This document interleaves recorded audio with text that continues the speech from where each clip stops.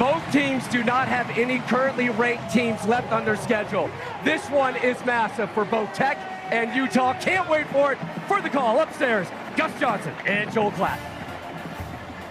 Big Noon Saturday is sponsored by AT&T Business. Connecting changes everything. They're fired up here in Salt Lake City, Rice-Eccles Stadium. We've got a hot one for you today. Two top 20 teams, undefeated. Big 12 opener, Texas Tech, the Red Raiders, and the Utes of Utah. Hi, everybody. I'm Gus Johnson, along with my quarterback, Joel Klatt. Welcome to Salt Lake City. We'll start with Utah. Kyle Whittingham is a legend. He's their head coach. Didn't have the kind of season he wanted to last year. Had some quarterback issues. Therefore, he went out off season, hired a new OC, Jason Beck, coming from New Mexico. Beck brought his quarterback with him. And this young man is a dude. Yes. Devin, the dude. I'll tell you, Devin Dampier has changed this program in a lot of ways from last year to this year. Now they play with an immense amount of confidence, as they should. He puts so much pressure on the opposing defense because he's a threat with his legs. His mobility is a problem. He's a great rusher of the football, and to go with their great offensive line, it puts a lot of pressure on that defense for Texas Tech, and their great defensive line. Cannot wait to watch Devin play here today. As for Texas Tech, they had a good season a year ago, won 8 games, but during the offseason, Joey McGuire had a bag dropped on him. $28 million big ones. Cody Campbell, oil and gas man, former Mike Leach player, offensive lineman, put the money on the table. That's right. But their best player, even though they have NFL players up and down the roster now, their best player is Bear. Yeah. It's no longer the Air Raid, it's the Bear Raid. And Barron is a guy that's been there for 5 years. They didn't have to go out and get Barron Moore, and he's a quarterback that I really love, and I think he's one of the more underrated players in the country. He's really in the mold of a Texas Tech quarterback, a true gunslinger, a la Cliff Kingsbury or Graham Harrell, and he also threatens the defense just in a different way than Devin Dampier. He's got elite arm talent, and he will threaten every blade of grass, taking shots down the field. They're going to do it early and often. Watch out. Tech's offense is fireworks. And speaking of fireworks on the sideline, let's go downstairs to the AAG, the All-American girl, Jenny Taft. Well, Gus, I know how much you love talking about all those big guys up front, and yesterday Coach Whittingham told us we may have the best O-line in the country. In fact, this is the best O-line I've ever had at Utah, and I've been here for a very long time. So why are they so good? Well, it starts with the fact that all 5 starters are back. They are led by one of their captains, Spencer Fano, a projected first-round pick, who described this O-line to me with one word: present. Every single day we're present with practice, with meetings. We understand what this O-line is capable of becoming, and today's goal is to go do it. And Gus, before I send it back to you, this place is so loud I can barely hear myself. I think we're in for a fun one. Oh man, it's going to be a great day for football. Perfect weather, 69 degrees. And these two teams haven't met in over 50 years, and they have never met in the state of Utah. Texas Tech has won both all-time meetings against the Utes, 45-2 in Lubbock and 72, 29-22 in Lubbock and 73. And here we go. Stone Harrington sends it away. Rayshon Glover, the deep man. And that will bring out Devin Dampier, the New Mexico transfer. This guy's electric. He has totally transformed this offense. They're one of the best rushing offenses in the country. And in front of him, Gus, he's got a great offensive line like Jenny was just talking about. And they need to lean on that offensive line. There is a little bit of a question about Devin Dampier's health. His ankle, he's been battling a bit of an ankle injury since last week, against Wyoming. We'll see how healthy he is here early. First down and 10 at the 25 for the Utes. Wayshawn Parker in the backfield with Dampier. And they'll give it to him on first down, running right. He'll pick up a couple. And that brings up the offense for Utah. This offensive line has to control the pace and tempo of this game. These 5 up front, led by Spencer Fano on the outside, they've got to be great. And then what we're going to see is a talented group of skill position players, and then guys that aren't even starters, but that we'll see quite a bit, are actually some defensive players like Smith Snowden and Lander Barton. Pay attention when 8 and 2 or on the field. 2nd and 7 at the 28-yard line. And here's a sweep around the left side, and it's Jackson Benny. Not a lot of room. He'll gain 1. Stopped by Gil Howard. And this defensive front, pretty special for Texas Tech. That's right. Look at all those transfers. And those two guys on the outside are terrific. Skylar Gil Howard, probably the alpha of the defense. Jacob Rodriguez, a true Red Raider, a captain at linebacker. And Cole Wisniewski, he transfers in from North Dakota State, where he was an FCS All-American. 3rd down and 6 at the 29. Near side throw caught. Not enough for the first down. Red Raiders jump on him quickly. Ryan Davis gains 4. And that'll bring up a 4th down and 2, and Utah will send it away. This Texas Tech defense had to be transformed from a year ago, and that's what the bag, Gus, will allow you to do, transform. And they bring in all of these players, and I tell you, they've gelled so well. The defensive line is excellent, one of the better defensive lines in the entire country. And they fly around and they play very hard, and that's the evidence on that first series. Orion Phillips will punt it away from the 17-yard line. Tristan Gentry is the deep man at the 22. This one angled to the far side. Gentry backpedaling. Fair caught at the 15. A 53-yard punt, and that's going to bring on Baron Morton. Man, oh man, has he been putting up, Joel, some gaudy numbers this year. Woo, and I tell you what, they are unafraid to throw the ball down the field, and a lot of that sentiment comes from the fact that they trust number 2, Baron Morton. He's got a lot of confidence in that arm. He's a true gunslinger, and this is an offense, Gus, that will take shots early. This matchup against a man-to-man style defense, you're going to get bump corners right in the face of the wide receivers, and Tech are going to challenge those guys early. 1st down and 10 at the 15 for Morton. And he decides to run it off 1st down. He'll be lucky to get back to the line of scrimmage. No gain. Jonathan Hall there. One thing we got to be aware of as well is Tech is going to try to go fast and use tempo here. Tempo along with those shots down the field. That's how they try to threaten the defense. 2nd and 10 of the 15. He'll air it out this time. Morton, far side, caught, but his receiver immediately dropped. Snowden with the tackle. A 5-yard gain and received by Reggie Virgil. Listen to this place. 18th loudest stadium in college football, according to the USA Today. 3rd down and 5 at the 20. Loudest in the Big 12. Jacoby Williams remains in the backfield with Morton. Some movement up front. Looks like this will go against Tech. False start. Number 72. Offense. 5-yard penalty. 3rd down. Sheridan Wilson. They can't hear the clap. Baron Morton claps. Center has no idea. So 3rd down and 10 at the 15. Opening series for Tech. Empty backfield for the Bear. Morton underneath. Ball caught. Williams breaks it upfield with running room. Still on its feet. Williams bursts at speed. Williams gets a block. No flag. Can he get there? Cuts it inside. Still on the move. At the 11 he goes down. What a run. Jacoby Williams. Johnson with the saving tackle. That's a gain of 73. Jacoby Williams had 100 yards receiving last week. He's becoming one of the best threats out of the backfield in all of college football as a receiver. And that was a dynamic and explosive run after the catch down the field. 7 catches, 116 yards and a touchdown for Williams. 1st and 10 at the Utah 12. Morton off his back foot. End zone throw incomplete.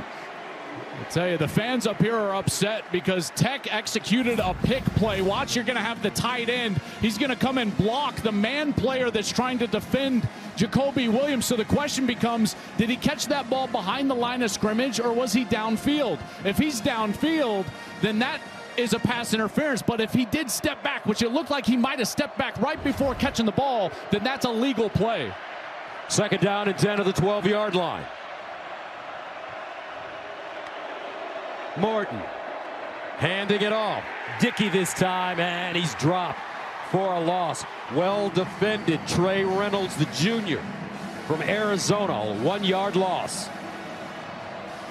Boy, after the big play, Tech, you got to feel like you got to capitalize, in particular here on this first possession, after Williams put him all the way down there inside the 15. But here, a long yardage situation right in front of the student section, Gus. 3rd down 11, trips at the top of your screen. From the 13, Morton, play fake, looks, darts underneath, caught, Dickey, and he'll get a first down at the 1-yard line. Jonathan Hall with the saving tackle. On 3rd and 11, they get 12. How about Baron Morton manipulating the pocket, buying time, finding the completion for the first down? Quickly to the line of scrimmage, 1st down and goal at the 1. Dickey in the backfield. They give it to him straight ahead. Touchdown, Red Raiders. Just like that. Texas Tech gets up and down. 7 plays, 85 yards with the big 73-yard catch and run by Jacoby Williams. Great push out here on the right side of this offensive line, including that tight end, Terrence Carter. Beautiful block. And Tech goes right down the field on this Utah defense, right in front of this raucous crowd. What a confidence-building drive for Baron Morton and the Red Raiders.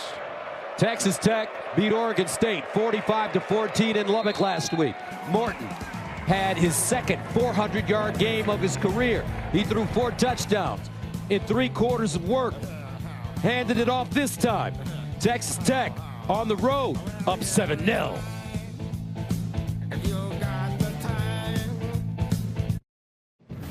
Big Noon Saturday is sponsored by Progressive Insurance.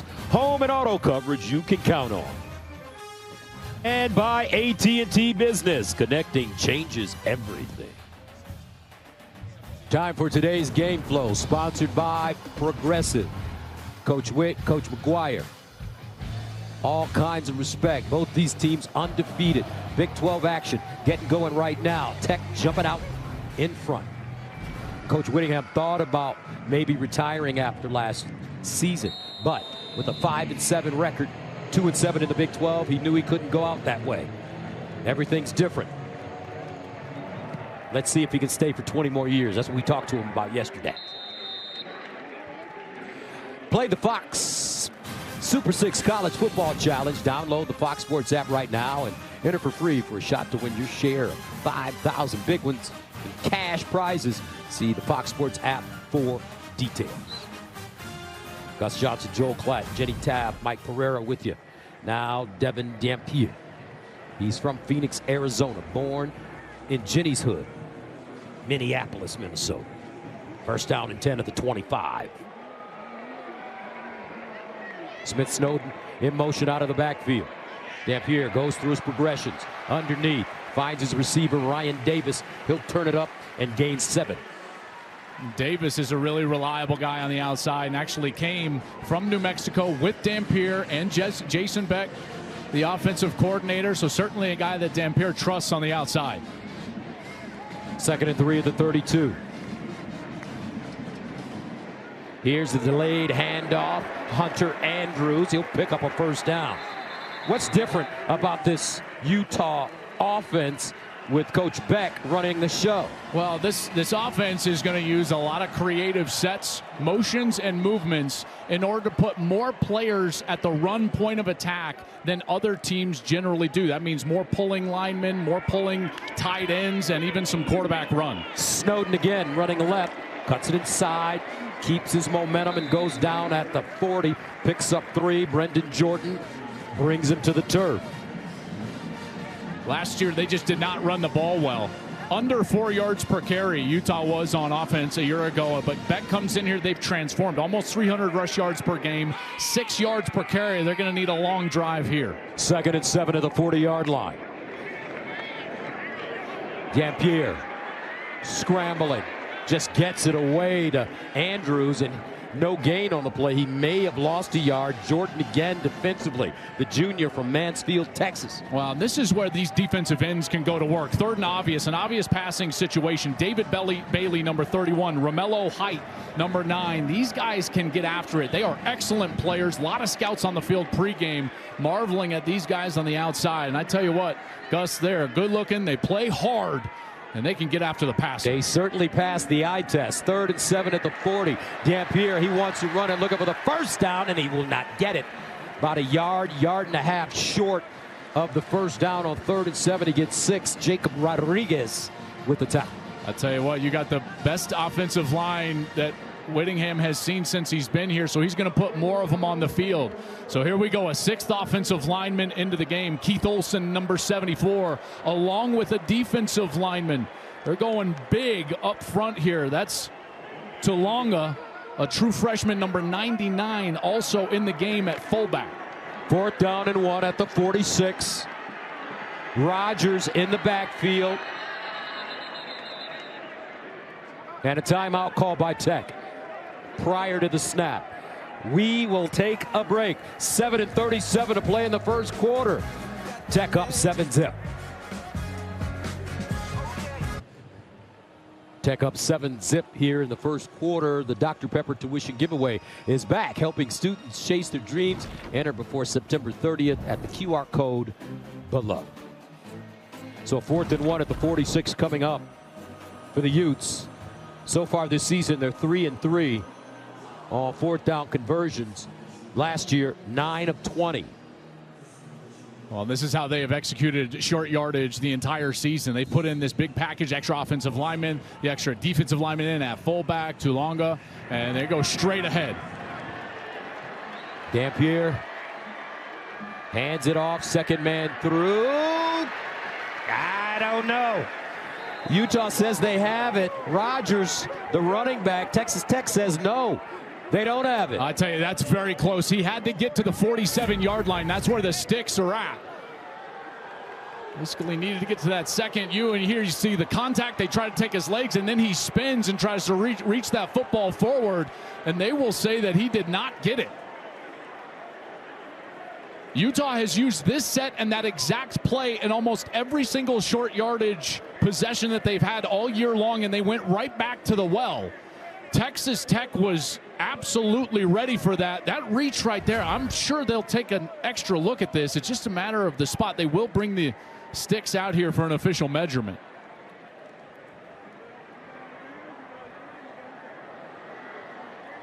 And he didn't get it. Utah turns the ball over on downs. Folks, they got dogs up front for Tech. Bailey, Hunter, Gil Howard, Height, ball players, NFL players. They're showing the replay right now on the screen, and you can see Rogers at the end when he's reaching the ball forward. I think that they've got a bit of a case here to be had. I'm wondering if this is going to get stopped and looked at in replay. I'm sure it will. The spot on the field, I feel like, is short of what we just saw on video. I can't believe they're letting them play. That is a poor spot right there. So here come the Red Raiders now. False start, number 76. Offense, 5-yard penalty. Still first down. Tech trying to get that play off as quickly as possible. Yeah, I'm really surprised they didn't take a further look at that. The Big 12 is usually really replay heavy anyways, and not to look at that, I think, is a mistake. However, Utah's got to react. Sudden change, back on the field here at the 50. First down and long now at the 15. First down and 15 at the 48. Near side throw, Carter. And he'll get over the line of scrimmage. Dropped quickly by Jonathan Hall.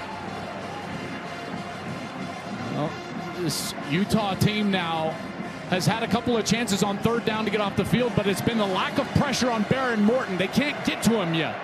2nd and 14 at the 49. Morton drops it off in the flats. Dickey hits the sideline with some speed, dragged down at the 40. Great defense. Logan Fano just tracked him down. That is a defensive end out in space against a running back and is able to run him down, force this third down.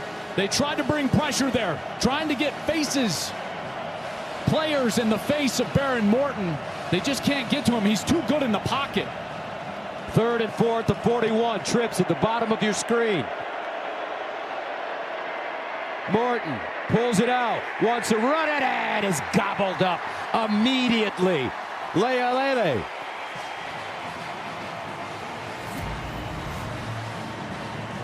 Well, this is a great job by the linebacker, Jonathan Hall. Watch as he's going to get to the outside, and that's where Morton realizes, okay, I've got to turn back in, and that's where all the pursuit from the defense is coming. Leia is right there for the stop. 4th down and 9. And Tech will punt it away at the 41-yard line. Glover is the deep man. End over end kick. And fair caught at the 11. Flag on the play, though.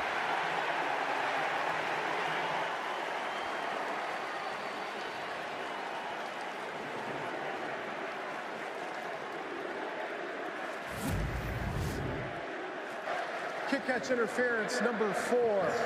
Kicking team, 15-yard penalty at the end of the punt. 1st down, timeout. So coming up, Devin Dampier and the Utah offense need to get something going.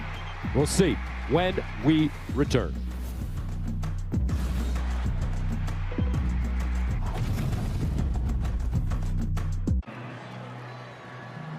.546 to play in the first quarter. Utah dodges a bullet after turning the ball over on downs in its own territory. This is their 3rd possession. Just 1 first down so far. And a flag Illegal before. Substitution, 12 players in formation. Offense, 5-yard penalty. 1st down. Coming out of timeout. They had their big defensive lineman on the field, Simi Tulonga, number 99, and then he jogs off, and that clearly does not make Kyle Whittingham happy, especially coming out of a break like that. 1st down and 15 at the 21.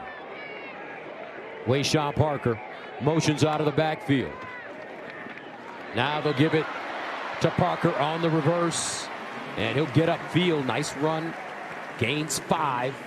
Stopped by Rodriguez. I'm really impressed with this defense so far. If you're going to build a defense that's going to be stout against the run, it would be these types of guys. Lee Hunter in the middle, Skylar Gill Howard in the middle, and then you've got also a preseason Big 12 Defensive Player of the Year and Jacob Rodriguez at linebacker. 2nd and 10 of the 26. Dampier near side. Nice throw. Good catch. Davis will get another 5. These 3rd downs are just so massive for Utah to try to stay on the field, and Tech has been winning this down so far here in the first quarter. The one thing you've got to be aware of if you're the Tech defense is Dampier's ability to run the football here on 3rd down. 3rd and 5 at the 31. Dampier sprints out of the pocket, throws, got a man, caught, Benny, touchdown, Utah. What a throw, what a catch, but a flag. If it stands, 69 yards.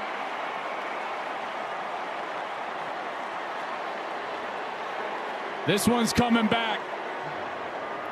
Spencer Fano, the right tackle, was downfield.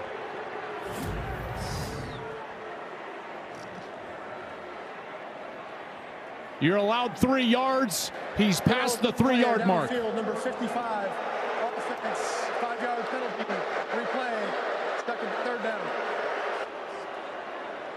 What a catch. Off or not, Jackson Benning, sophomore from Utah. Gus, that is a mental mistake from Fano because that's a pass play. They were half rolling the pocket in order to throw the ball on 3rd down. I have no idea why he was extending himself down the field in order to block a linebacker. That's full pass protection. So a real mental error from the right tackle. So that makes it 3rd down and 10 at the 26. Dampier guns it again. Knocked down.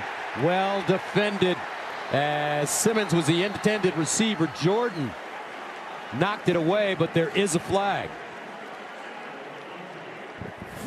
I think he got there a little early, Gus.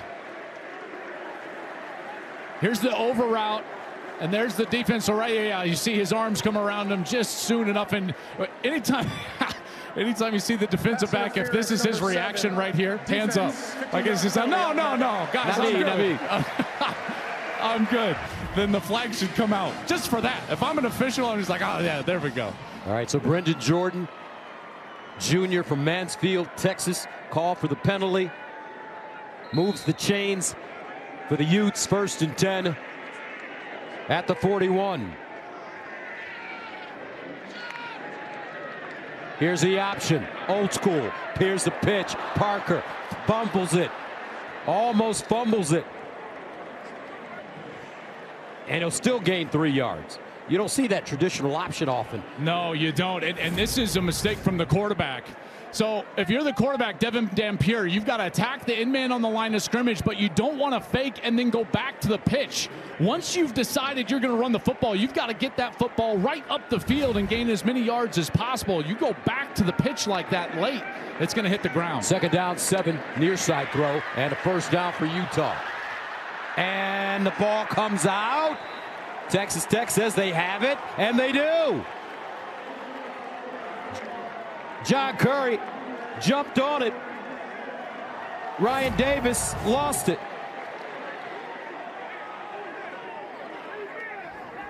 What a hit. Ben Roberts knocks it out. Tech defense flexing some serious Red Raider muscle.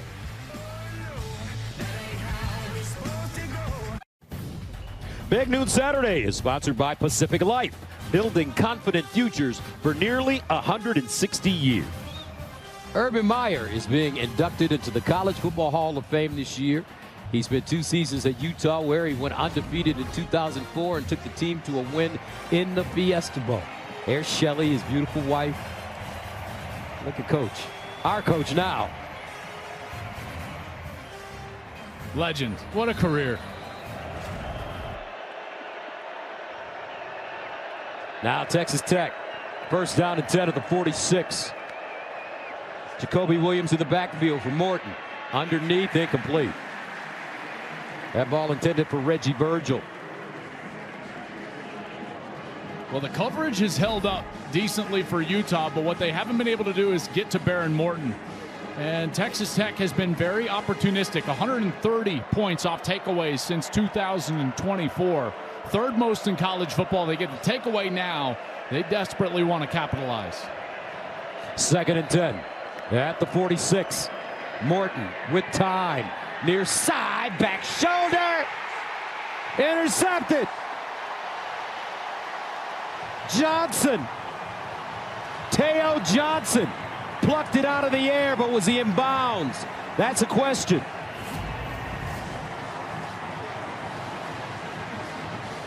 They're trying to attack Blake Cotton here, number 16. And watches that ball, hits him right in the back. And there's Johnson, secured, knee down, certainly in bounds, and he's headed the other direction. Utah's defense answers turnover for turnover right here. Cotton, nice play, no contact before the ball arrives, and then Johnson's able to get that knee down before sliding onto the white paint. So turnovers for each team now. 1st and 10 at the 30. Dampier with a hitch to Snowden, breaks a tackle. And Snowden with some yak. He'll gain 6. I tell you, both of these defenses answering the bell. Well, the 4th down failed for Utah. Defense gets the ball back. Then Red Raiders force a turnover. Beautiful job punching it out. Utah gets the ball right back. Defensive game here so far. 2nd down and 4 at the 36-yard line. Another hitch near side. And another cool spin by Smith Snowden. He gets it upfield. Wrapped up by Rodriguez. Did you see Rodriguez flying over there like a Black Hawk helicopter? That's that right. His wife flies, I should say. I mean, he was motoring out there to the outside for the physical takedown and forcing 3rd down. His wife, Emma, is a helicopter pilot. She went to West Point. 3rd down and 2 at the 38.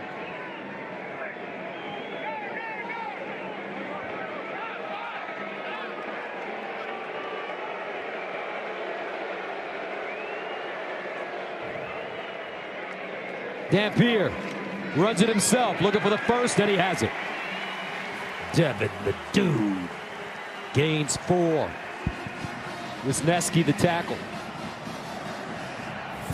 Well, here you go. You're going to get a motion man to try to get the eyes of the defense going this way and then bring the quarterback back with a lead blocker.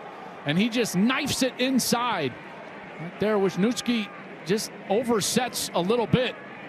And he's able to get inside and move the sticks. Makes it first down and 10 at the 42-yard line for Utah. Here's Dampier following his blocks, has a lane. And he's collared and taken down short of midfield by John Curry after a 7-yard gain. Well, there was some question about Dampier's health going into this game. An ankle injury from last week against Wyoming, but he looks pretty good so far, Gus. Maybe not 100%, but certainly effective enough right here on back-to-back runs. And right there, a nice gain on first down, bringing up a 2nd and short. Dampier, first year at Utah after 2 at New Mexico, where he was the first Lobo quarterback ever named All Mountain West first team. Here's a handoff straight ahead. Parker looking for that first down, lost it. Tech said they have the football, and they do again. They punched it out again. 2nd turnover of the first quarter for Utah. This is a carbon copy, except this time it's Rodriguez. Look at him punch the ball out.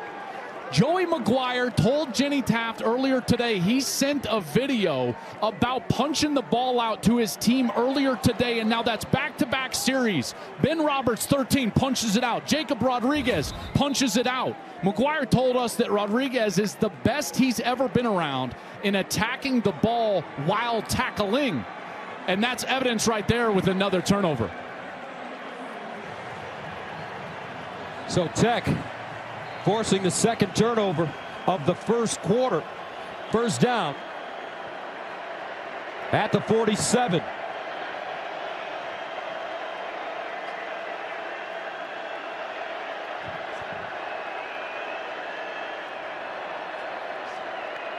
Morton, play fake. Morton. Oh, he got decked loose, and Tech falls on the football. John Henry Daly, heat in the kitchen. A loss of 16. I tell you, the pass rush is showing up right here. So on the outside, John Henry Daly, he's already got 5 sacks this year. Look at the motor on this guy. Blocked initially on the outside by Howard Sampson, but then just keeps going and finally gets to Baron Morton. Ball comes loose, and now Tech way behind the chains. Henry Daly, BYU transfer. He's from Alpine, Utah. 2nd down and 26. Morton with pressure gets it away, but gets nothing. Williams the catch, but Teo Johnson drops him for a loss of 2. And that should take us to the end of the first quarter. Ooh, and we got some defenses playing today, folks. Wake up, folks. 10 a.m. kick here in Salt Lake. Utah, Texas Tech. Bout it, bout it.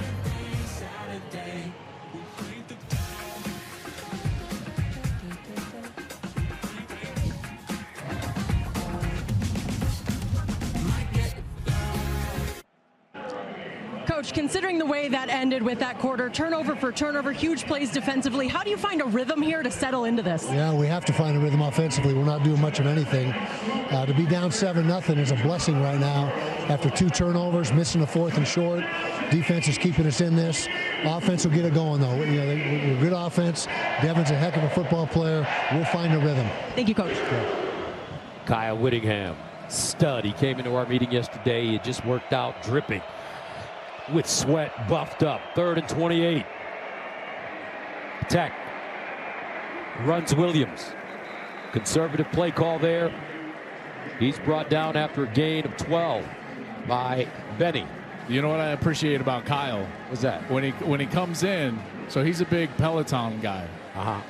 And he knows that I ride the Peloton as well. And he comes in and immediately just stares me down and he's like, I kicked your butt today. I'm like, yes, you did, Coach. Well, you know, yes, you have to be did. courageous to ride a Peloton. That's a very, very tough and beautiful machine.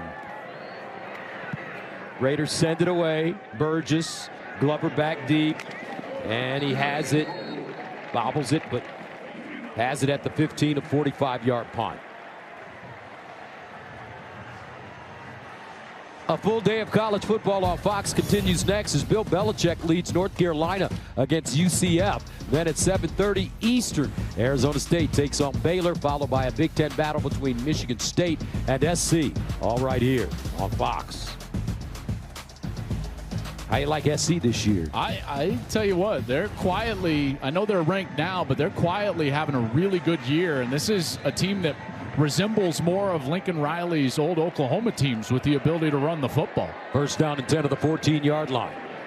Dampier in the pocket, guns it, caught, maybe a first down. Great catch as Merriweather just lays out and brings it in. Tell you what, Tobias Merriweather, he needed all of his 6'5" frame here. Look at this, he's extended fully and he's able to get his hands under the ball and secure that catch. That's a first down. Merriweather from West Camas, Washington, Cal transfer. Play of a completed pass for a first down is under review. So they'll take another look at this.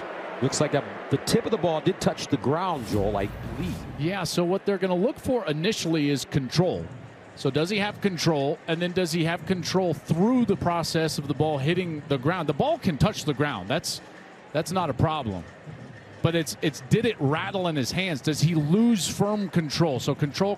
Does he lose control? It's tough to tell. I would say probably not. And we bring in our rules analyst, Mikey Rulebooks, Mike Pereira. Your thoughts on this? Joel, I would say he probably does. And it kind of leads us into that whole probable conversation is there anything clear and obvious that you could change it? To me, you know, you watch the hands, they're moving a bit, and then the ball turns a little bit when it hits the ground. Did he use the ground to complete the catch? A lot of questions. If it's me, I'd probably leave it the way it is. So, Mike, you say it's a catch. Joel, you say it's an incompletion? No, I would say catch. Okay. I'm going to go with... What about you? What are you going with? I'm going to go with an incompletion. You want to bet $1? Bet. All right. $1. Action. Love it. Drama. You want to get into this, Mike Pereira? Well, Mike said catch. I'm not. You guys make more money than I do. No, I'm going to stay out of this. Here we go. After review, the receiver does not make firm possession of the ball and survive the ground. Incomplete pass. Second down. Oh, no. I'm about to send my kids to Harvard on you guys. With your $1. That's 1-0, Gus. Week 4. Man, I tell you, I thought that the bottom hand didn't move. What if I said I don't agree?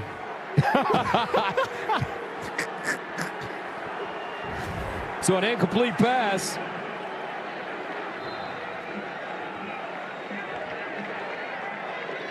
And that's the first incompletion for Dampier. Here's the run. And they'll pick up 2. Wisniewski with the tackle. Well, they've been able to throw the ball on the outside a couple of times. You know, you wonder if they'll go back to that. And then the way that they try to throw the football primarily is a little half roll so that Dampier's not just sitting in the pocket. Remember, he's only 5'11". 3rd down and 8 at the 16.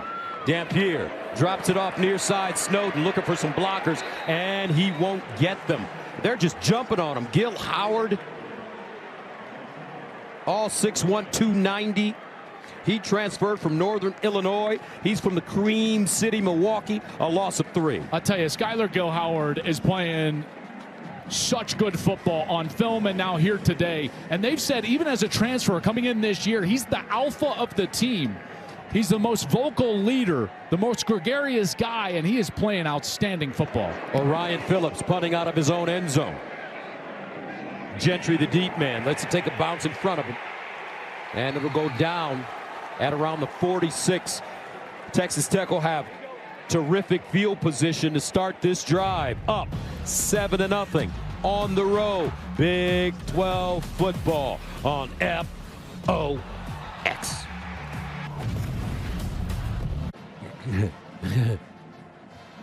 Pacific Life Game Summary sponsored by Pacific Life, building confident futures for nearly 160 years. Well, it's been all about the defenses so far. Red Raiders were able to go down and punch it in on their first series offensively, and their defense has forced a turnover on downs, 2 different fumbles, and they're shutting out the Utes here so far through a quarter. First down at the 46 for the Red Raiders. Morton with the pitch. Flag on the play. Jacoby Williams, they string that one out. Could be a loss of 1, but let's see what the flag is. As Lander Barton, Nate Ritchie ushers him out of bounds. Illegal motion, number 9. Offense, 5-yard penalty. Still first down. John Carlos Miller. He's a big tight end that was motioning down from the end right here, and then he was going to try to go in and chop down the end man on the line of scrimmage, John Henry Daly, but he started moving toward the line of scrimmage before the snap.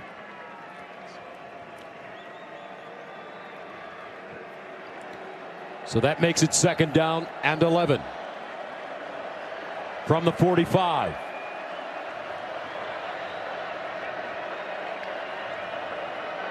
Straight ahead, Williams. Oh, big opening.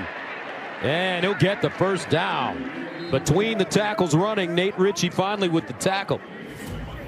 I'll tell you what, this is a great cutback lane. Check out this hole that the offensive line is able to provide for him. Great down block, good block by the tight end, Miller. Beautiful hole. That's a gain of 11. First down, Morton looking, in trouble, backs it up. On the move, hits his man on the far side. That's Coy Aiken. And Aiken tippy-toes down the sideline and picks up 14 yards. Aiken has been having a terrific season. He sure has, and there he acts as an outlet as John Henry Daly couldn't get Baron Morton down. On first down, sidearm throw, far side, caught Caleb Douglas. In this area of the field, you really got to be aware of that screen game on the outside for Texas Tech. And in particular, Jacoby Williams, number 20 out of the backfield. He's an excellent receiver. Gus, we already saw him have that huge completion on the third down on the first series. And you've got to pay attention to him here inside the 30. Second and 5 at the 25.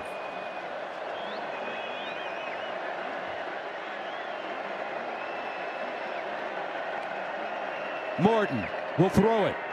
Sideline throw. Intercepted in the end zone. Jackson Benny.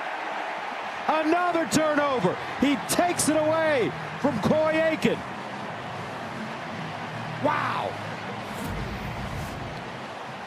This is wild. These defenses are just coming to play. Benny does a great job of getting back to the ball, but again, it's underthrown from Baron Morton. That's 2 picks that he's thrown, both of them underthrown, and Utah takes advantage.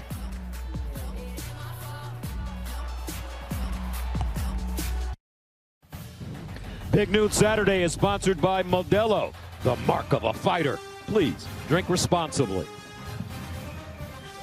Big News Saturday is sponsored by AT&T Business. Connecting changes everything. This has been a defensive battle so far. Each team with 2 turnovers, 4 turnovers. And we still have 10:44 to go in the second quarter. That kick and play right there. Jackson Benny, Joel, sophomore. He's playing both ways as well. We've seen him on offense. Now we've seen him there in the slot as a corner.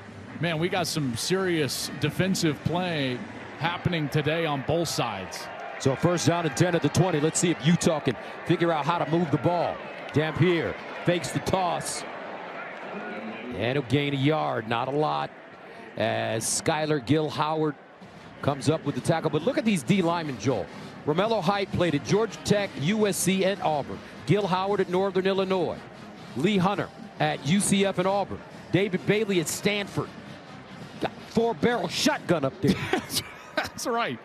And they play aggressive, and they are very good. You know, the transfer portal is about transformation and opportunity. You can transform your roster, and the players get the opportunity to showcase their talents, and that's certainly what's happening here. Second down and 9 at the 21. Dampier running it straight ahead. We'll gain a couple. Brendan Jordan there There's a look at our reliable performer, sponsored by AT&T Business. Reliability you can count on, and certainly Jacob Rodriguez is a guy you can count on. He forced that fumble on the last series. He's in on that last tackle. 2025 this season, the preseason Defensive Player of the Year in the Big 12, and he is certainly a leader and a captain for this team. 3rd down and 7 to the 23. Dampier throwing up the sideline. Is that a catch? Yes, it is. Wonderfully done. Dallin Bentley, the tight end.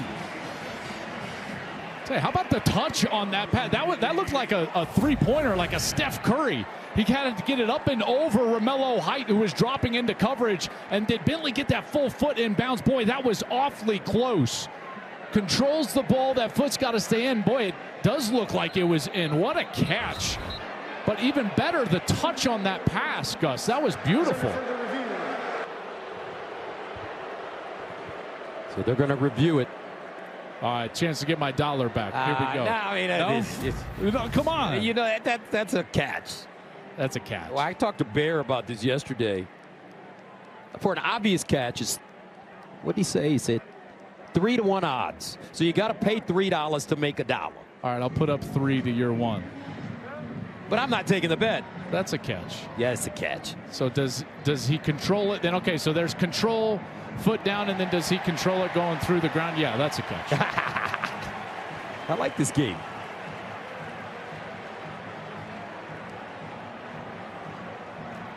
Mike Pereira, your thoughts? I agree, and I'd like my dollar back too.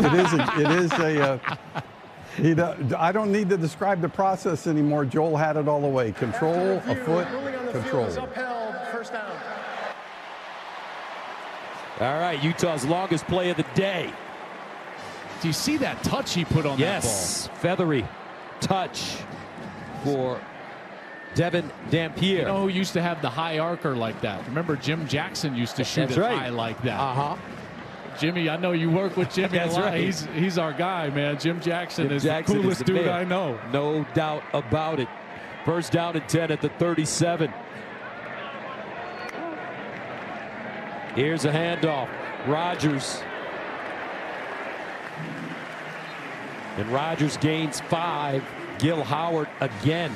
So the big matchup coming into this game was the Utah offensive line versus the Texas Tech defensive line. Well, and so far it's kind of a stalemate because it's really been just a tale of mistakes and turnovers on the outside from the skill position players. These linebackers, each of them, Ben Roberts and Jacob Rodriguez, have played so well, each of them with a forced fumble today. 2nd down and 5. Dampier steps into his throw. Down the sideline, incomplete. And this time it's Jackson Benny. He'll play DB, he'll play wide receiver. 3 guys on this team go both ways. Bryce Pollock in coverage transfer from Mississippi State. Really good length. He's 6 foot, 195 pounds. Crowd thought that he got away with some contact right here. Hand up on the shoulder of Jackson Benny, but then it starts to come off, and I don't think the official ever really saw that contact. And to be honest, I don't know if he's hindering his ability to go make that catch. 3rd down and 5 at the 42. Big play here. Here's Dampier over the middle. Coffers down. Utes. Ryan Davis found a soft spot on 3rd and 5. He gains 10. I tell you, this is not a big window to throw the football across the middle, and Dampier is almost fading away and turns back and just delivers a dart. Ryan Davis on time and on target. I tell you, right when he turned his head, he released that ball because he trusts his former teammate from New Mexico to be on time, and he was. Under 8 to go, 2nd quarter. 1st and 10 to the 49. Dampier sprints out of the pocket, drops it off short. Nothing doing this time. Great pursuit as Landon Barton makes the tackle, and he's dropped immediately. This time it's Terrell Tillman. This defense is deep and they're aggressive. I've been impressed so far, Gus. I tell you, they are flying around. They are physical. They are attacking the football. They're making life difficult on Utah, but Utah is putting together their best offensive series so far of the day. 2nd and 12 at the 49. Play fake. Dampier steps up in the pocket, throws it down the field, incomplete. Little too much on that one, as Tobias Merriweather had a step. Tell you, aggressive from this Utah offense. And here they have a bit of a double move, and in and then up. And both those Utah Utes kind of in the same area. You never want to see that, but overthrown nonetheless. 3rd down and 12 of the 49. Utah 3 of 6 on 3rd down conversions in this game so far.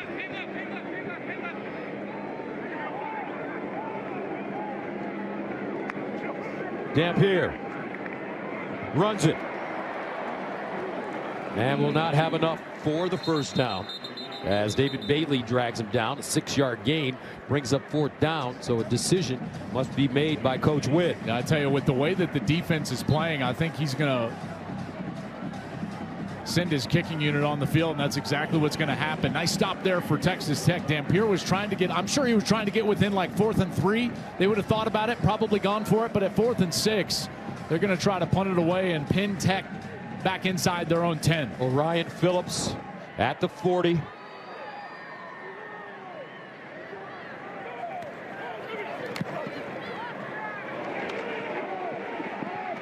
And fair caught on the sideline. A 27-yard punt. 7-0 our score. Back after this.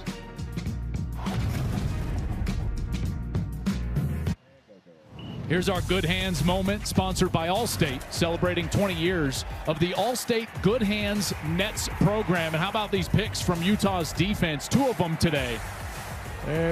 Both were underthrown. Jackson Binney, that last one, beautiful play. Gus, you've been singing his praises. And now I wonder about the mentality and the confidence level of Behren Morton. We came in singing his praises. He's only thrown the ball twice down the field. Both of them picked off. 1st down and 10. Here's a handoff. Dickey, what? And Hole. He'll pick up a 1st down. Ritchie with the tackle. Let's go downstairs. Wait a minute. Morton getting up slowly. Tell you, he got absolutely rocked. Henry Daly crushed him. Right when he's in there at the handoff point. And again, as a defensive player, if you're responsible for the quarterback in this day and age of RPO run pass option, he goes for the quarterback. Big gain on the run, but Morton just getting flattened in the background, and he'll come out for a play. That'll bring on Will Hammond, backup quarterback. Hammond, 6'2", 205 from Austin, Texas. He was 3 of 5 for 2 yards and an interception last week in mop-up duty against Oregon State. You got to think this is a run, so I would likely send pressure here. Cameron Dickey. Stopped by Ritchie. Let's see if Behren Morton comes back in. Tell you, look at all these guys up near the line of scrimmage. They know it's a run, and now Tech is going to keep Hammond on the field. They're going to go quickly here. 2nd and 9. Another handoff. Dickey again. Jonathan Hall with the tackle after a gain of 6. Will Hammond started the 2024 Liberty Bowl against Arkansas. Went 20 of 34 for 280. Now Morton back in. Good sign for the Raiders. 3rd down and 3 at the 39.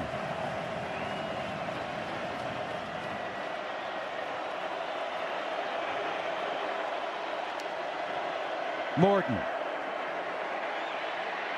underneath, caught, and a 1st down. Great blocking up front is Carter with the reception by this offensive line for Texas Tech. And I love how he just floats back in the pocket. Look at him by himself a little bit of time. Great job up front by the offensive line, and then good hands by Terrence Carter. Contested catch in traffic, and he's able to secure it for a 1st down. 4:40 and counting remaining in the 1st half. 7-0 Texas Tech.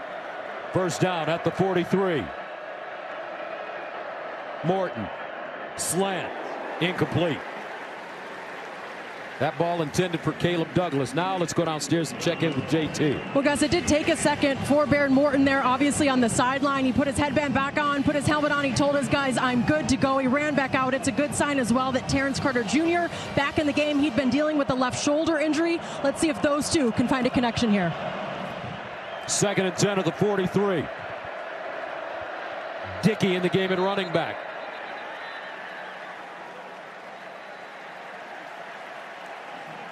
Prior to the snap, false start, number 76. Offense, 5-yard penalty, 2nd down. That's the left guard, Will Jados. Trying to use the double clap. So Morton's going to use 2 claps here. And the left guard, it was just one. I tell you, the crowd noise right now is wreaking havoc with this offensive line. 2nd and 15 at the 38. Jacoby Williams checks back in at running back. Morton fires it deep. Incomplete. Reggie Virgil, the target. And Morton looks like he's still hurting. Yeah, he is not right now. So even though he came back in the ball game after that hit earlier this series, he has been wincing in pain. There he tries to throw the ball down the field. Something is going on. You wonder in that midsection area, how accurate can he throw the ball down the field on a long 3rd down? 3rd down and 15 at the 38. Virgil in motion. Morton steps up in the pocket. Wants to run it. Has a lane. Got to get down. Doesn't. And he is knocked down hard by Blake Cotton. A gain of 12 on 3rd and 15. Well, he had a lane here. But boy, if you're a Red Raider fan, you just wince. He's already in some pain, and then he decides to lower his head and shoulder trying to get that 1st down. Jack Burgess will punt it away at the 35. Rayshon Glover back deep at his own 10.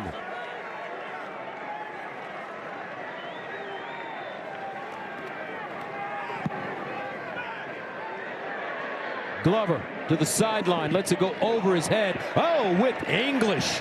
Jack Burgess drew that ball back. 32-yard punt. Well done. Mornings may never be the same as El Presidente.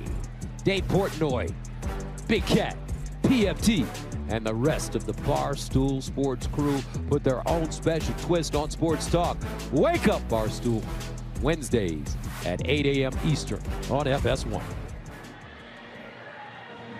Well, they're not looking at him further, so Morton's just going to try to grit this one out over there, get himself right. And meanwhile, his defense is going to get back out on the field, and they've been terrific so far. Dampier drops it off in the flats. Ooh. And it's Hunter Andrews. Jordan with the tackle after a 2-yard gain. I tell you, Sheil Wood, the defensive coordinator for these Texas Tech Red Raiders, he came over from Houston, and he has infused an attacking style of defense and a physical play. They're sound, they line up well, and then they fly around and hit. 3rd down and 8 at the 19. Delayed handoff. Rogers. Texas Tech ready for it. Maybe a yard. And you know what he was telling us yesterday, Sheil Wood, is he feels like this was going to be an academy-style game because of all the different run game that you get from Utah. Quarterback run, option, everything, that it was going to be like facing an academy. Well, he's got history at an academy. He coached at Army. He understands what it is to play one of these games, and his defense is playing accordingly. 3rd down and 6 at the 21.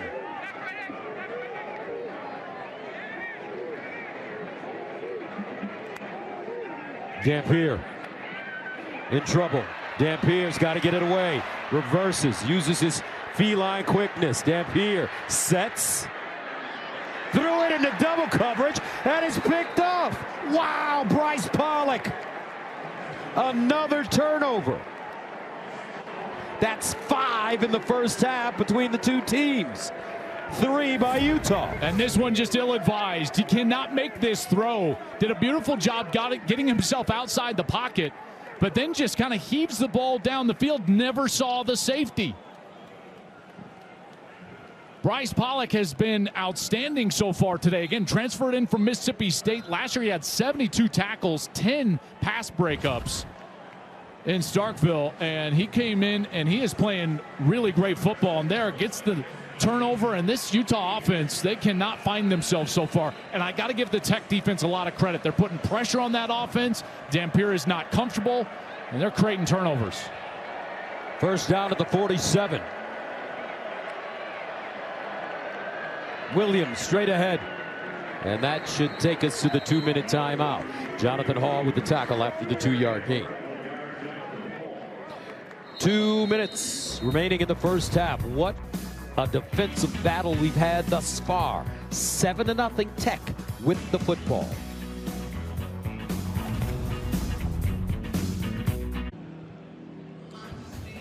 Low-scoring, turnover-filled first half here in Salt Lake City. Rob Stone with you, coming up on the State Farm Halftime Report. Is this the final edition of the Iron Skillet rivalry between TCU and SMU? How is number 15 Tennessee responding from last week's loss? And guys, is unranked Clemson in trouble again? Yes. Yes, they are. All right, Rob, thank you very much. Brady giving him the business back there. Bright lights, Brady Quinn, folks. I wish I could have called his name. Doesn't he look good in the bright lights? Always. Bright lights, Brady. So here we go. 2nd down and 8 at the 49. The handoff to Williams. And he'll churn his way forward. Nate Ritchie there to bring him down after a 5-yard gain. This is a huge moment in this game. Now, inside of 2 minutes here in the second quarter, Texas Tech is going to get the ball to start the second half. So a chance to double up here if they can put together a drive. And some movement up front.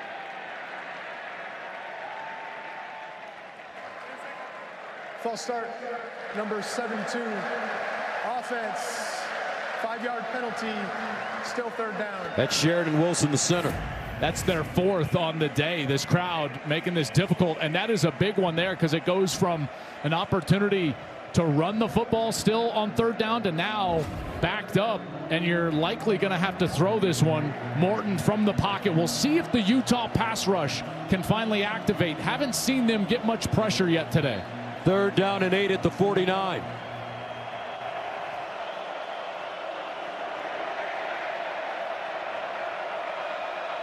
Morton. Caught. 1st down and more by Caleb Douglas. Man, he came out of his break quickly, and he gains 13. And again, time to throw in the pocket for Morton. Nice ball in rhythm for the 1st down. 1st down at the 39. Tech with 2 timeouts left. Morton heaves it. Oh, another beautiful catch inside the 10 by Caleb Williams. Back shoulder. I tell you, Caleb Douglas at 6'4" is making life difficult. There is a flag in the backfield, and everyone trending backwards as if this one's going to come back for a hold. Holding, number 79, offense, 10-yard penalty from the previous spot. Replay first down. That's Howard Sampson, the left tackle. And he's going against John Henry Daly again. Already 5 sacks. He's the one that hit Morton earlier in this quarter. And yeah, a clear hold there, terms him, prevents them. There's no way he gets that off. If he doesn't hold him, that's the 7th penalty now for Tech. 1st and 20 at the 49.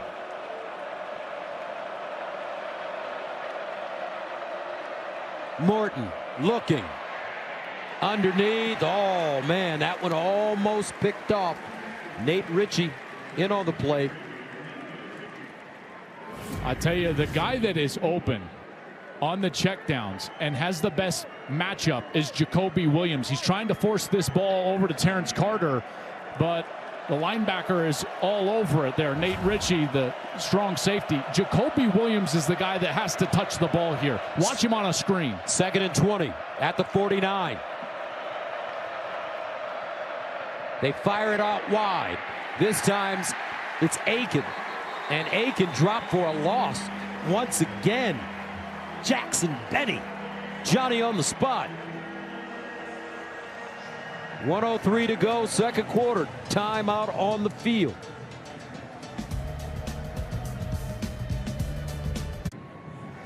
All right, 1:03 to go.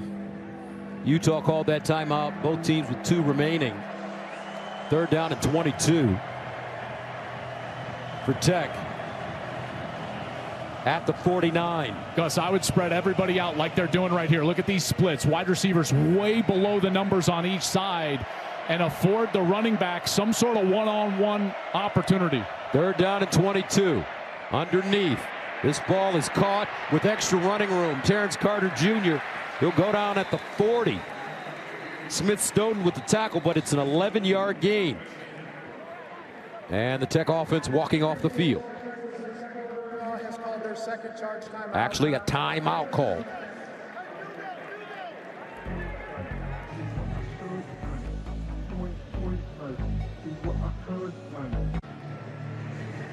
So here comes Stone Harrington Jr. from Coffeyville, Texas. On the season, he's 2 for 2 with the long of 47 yards.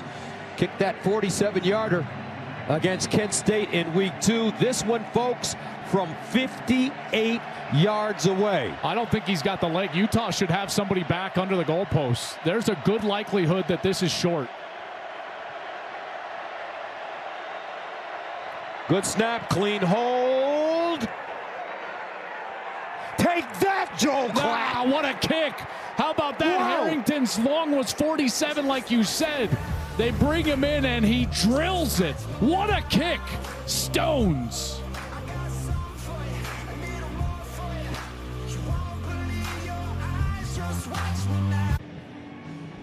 You know, Joel, when I play golf in Utah, Tiger Woods has nothing on me. You saying altitude? That's right. I'm not going to make that excuse. That was a great kick from Stone Harrington. And Joey McGuire putting faith in him there to get those points after the screen pass. Big points. Remember, they're going to get the ball to start the second half. And this one out of the end zone. Joey McGuire, I tell you, had a chance to sit down with him yesterday. One thing I noticed about him, the feeling that I got was, this man has charm. He knows how to talk to you. He's a CEO, as he says. Well, he's been a head coach for a long time. You know, I know it hasn't been a long time at the college level, but let's remember, you know, he had a lot of experience as a coach and a head coach in the high school level in the state of Texas. And then he went to the college level. He was an assistant for Art Briles. He was an assistant for, Matt Rule at Baylor, and then Dave Aranda before being a Tech. So, sideline throw for Dampier. What I loved about him is that he understood his strength. He was very blunt with us. He said, listen, I know what I'm great at, and I know what I need to be doing, and that is to be the CEO, have the pulse of the team, and he certainly has that. And that's one of the big reasons why going out and getting these 2 coordinators, Mac Leftwich on offense, Sheil Wood on defense, was so important. Second down and 4, Dampier. Near side, caught for first down. Ryan Davis with the tackle.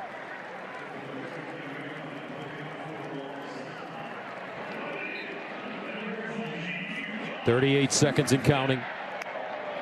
Dampier again trying to move this football. Short throw out of bounds. And it's Bentley. Dallin Bentley, the senior. Snow College transfer. Well, as they're trying to get into field goal range, Dylan Curtis is their kicker. He's a true freshman, had a rough game last week, missed 3 field goals. 2nd and 5 at the 42, had 1 block. Dampier hit as he throws, nobody home. Flag on the play. It looked like they were trying to get Tobias Merriweather on a double move, and it looked like he was kind of tackled and held up as he was getting down the field right here. Yeah, that's pretty clear. Dante Balfour.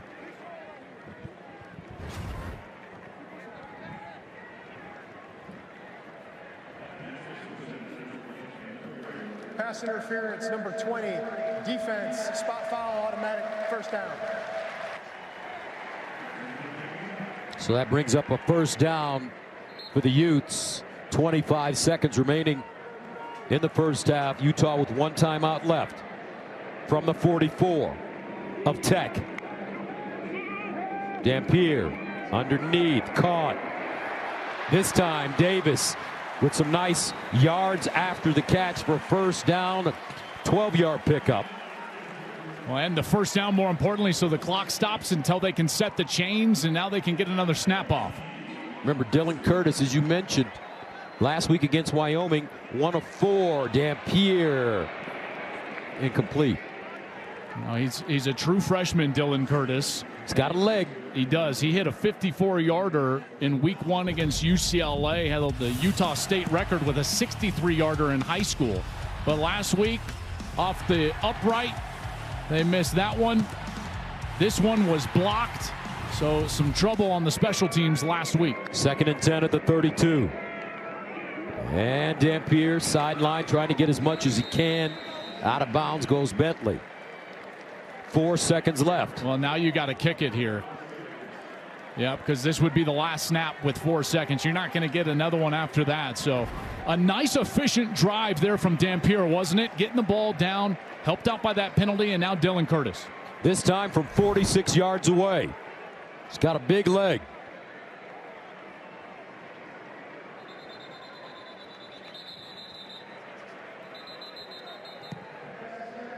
And a timeout prior to the snap called by Tech.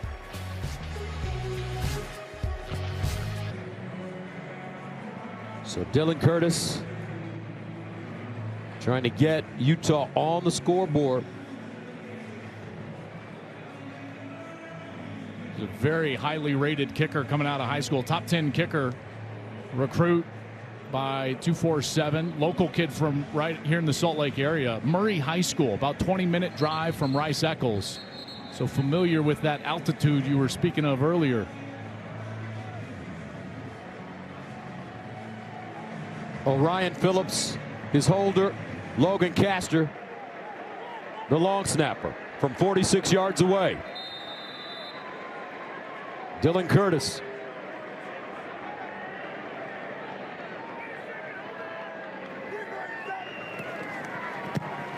Whoa, and he just pushed this one wide right.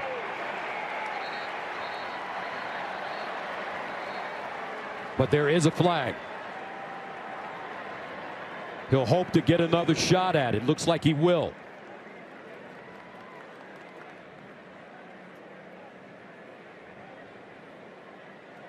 Personal foul, roughing the kicker, number 14, defense. That penalty will be enforced 15 yards and will play 1 untimed down. If you take out the plant leg of the kicker, you're going to get the roughing call. And so he took away all the ground under him, and Pollock knows it. That's why the flag comes out, and it gives him a free lease on life here, plus the 15. Bryce Pollock. Still first down.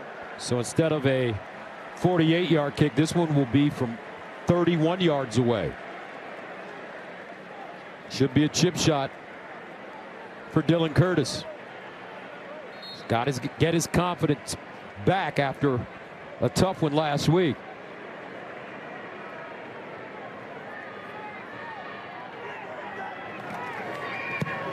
This time it's pure. Utah's on the board. And that's the end of the first half. 10-3. 7-point game at the end of 1. Don't forget, after the break, join Rob Stone and the boys with the State Farm halftime show right here from Rice Eccles Stadium. 10-3 Tech at halftime.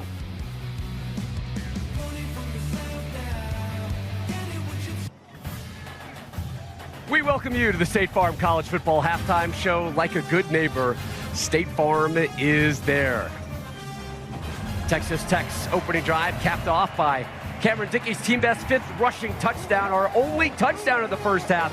It is 10-3 Tech at the break. Earlier on Big Noon Kickoff, Matt Leinart said Clemson's playoff hopes very much alive. Matt might want to rethink that. Highlights from around the nation coming up next.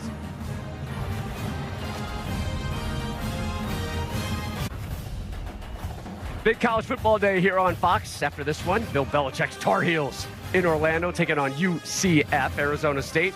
Their star quarterback, Sam Levitt. They meet Baylor. In the nightcap, Lincoln Riley's Trojans host Michigan State. Matt Leinart leading the Trojans out of the locker room for that one. 3 total first-half interceptions. Utah's thrown 2, Tech 1. Tight affair in Salt Lake. At the break, as we welcome you back to the State Farm College Football Halftime Show. Like a good neighbor, State Farm is there. What a beautiful late September Saturday here in Salt Lake. Sold-out setting for this showdown between the Big Two in the Big 12. Rob Stone, Brady Quinn, Mark Ingram, Matt Leinart, former Utah head coach Urban Meyer back here with you.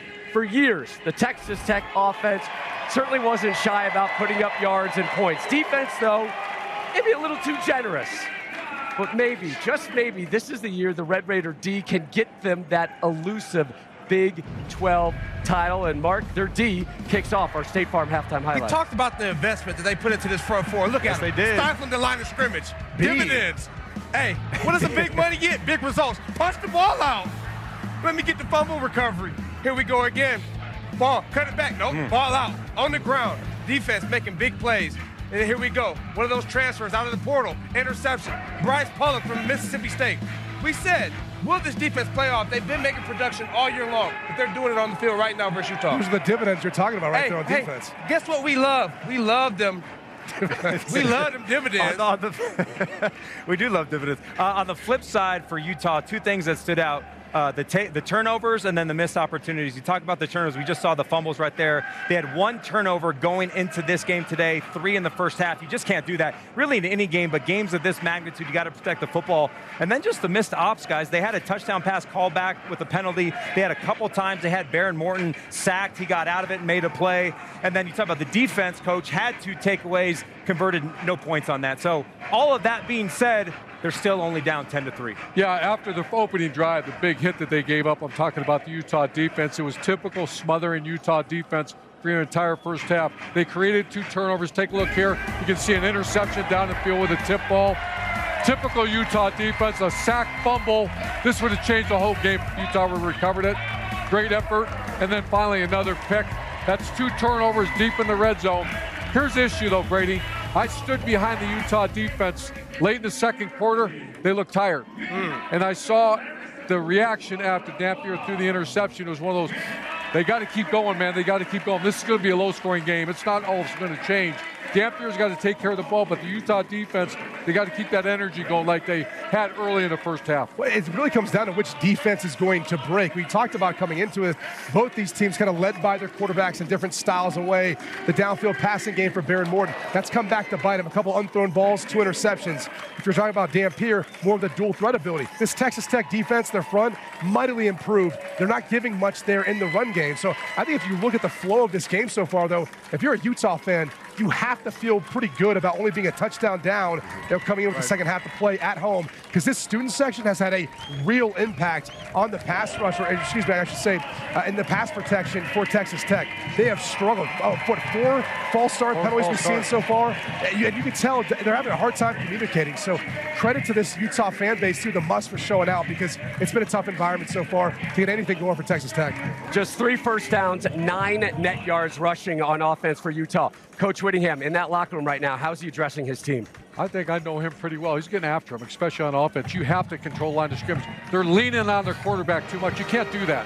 First of all, he looks a little gimpy out there. I heard one of his ankles hurt a little bit. But they're leaning on him too much. Let's go, man. You got 2 potential first-rounders at offensive tackle. Let's start moving the line of scrimmage a little bit. You talked about missed opportunities, Matt. A big play down the field gets called back because of alignment down the field. That's huge. That could be a tie ball game right there. The problem for this Utah team is the offense was averaging about 300 yards on the ground coming in. They got 30 or 59 total yards on 17 carries. So, again, take it off of Dampier. He's going to have to make some plays in the pass game. That's what it's going to come down to, in my opinion. Clemson, they fell last week at Georgia Tech, dropped them out of the rankings. Dabo Swinney, ornery this week, saying, if they're tired of winning, they can send me on my way. Well, there might be some momentum for that, considering their first half at home against Syracuse. Second quarter, Orange are up 10. Steve Angeli. Peanut butter jelly time. Peanut butter jelly time. Syracuse, BQ. 303 yards of offense. They are up at the break. Iron Skillet battle in the fort. TCU, SMU. Don't be sleeping on Josh Hoover, people. 2 first-half touchdowns. This one to Eric McAllister. Got to make that tackle. Bad tackling. But great play. And TCU, the dark horse in the Big 12, I agree. This one to Jeremy Payne. So Hoover, 11-19, 125. Those touchdowns did throw one interception. Mustangs down 11. Kevin Jennings avoiding pressure. Matthew Hibner, touchdown. Oh, good play. 4-point game in the third. Unbeaten Maryland on the road at Wisconsin. Are these Terps for real? Jalen Husky with the interception. What was that throw? Not a good one. And then returns at 46 yards inside the 5. Hey, is it, Coach? Oh, no, it's not. No. They're saving it for the true freshman, Malik Washington. Does it himself, takes it in from 1 yard out, 7-0 Terps. So that man can do it all. He's just a freshman. Malik Washington. And then Washington through the air. Yeah, 167 and this touchdown. 20-0 at the break. Wow. Terps. Tennessee, tough loss at home last week to Georgia. You know what'll fix that? A little UAB in town. UAB. Joey Aguilar. 19 yards strike. He was impressive last week, even that loss. So far, Aguilar 11 to 15, 163, 2 touchdowns, 1 pick. What you call that, Brady? A dot? Tell you what, you throw that as high as you can and let him go run and get it. Bread basket. Yeah. UAB guys, 4 rushing yards. 4. Oof. They're down 21. Arkansas at Memphis. Taylon Green doesn't get enough attention, man. 9 of 16, 174 in this wide open touchdown. Arkansas got off to a fast start. Memphis, though, hit their way back into it to take the lead, but Arkansas responded. Here's Braylon Russell from 16 yards out. Get off me. 11-point lead. Hey, G. Hey. Coach, your old program, Bowling Green at Louisville. Oh, Coach. Bowling Green go to work. Is never a good sign. Yeah, this Get vertical. Good for Bowling Green. Hit the sideline. Colin Lacey from 75 yards out. Cardinals up 21-3 at the break. Virginia Tech in the market for a new head coach, hosting Wofford. Hokies up 7-0. Tyron Drones down the middle. Delvin Alves. That's a great Takes tackle. a hit. Pay for that touchdown. Cuddy. Tech up 14 love. They would add to it right here. Aiden Green with the 18-yard touchdown. All right, another score that has coaches' interest. UNLV on the road at Miami of Ohio. DeQuan Finn to Kenny Tracy. Finn has struggled to throw the football this year. However, he's been to find the end zone on this one. Another one from Finn, this time to Keith Reynolds.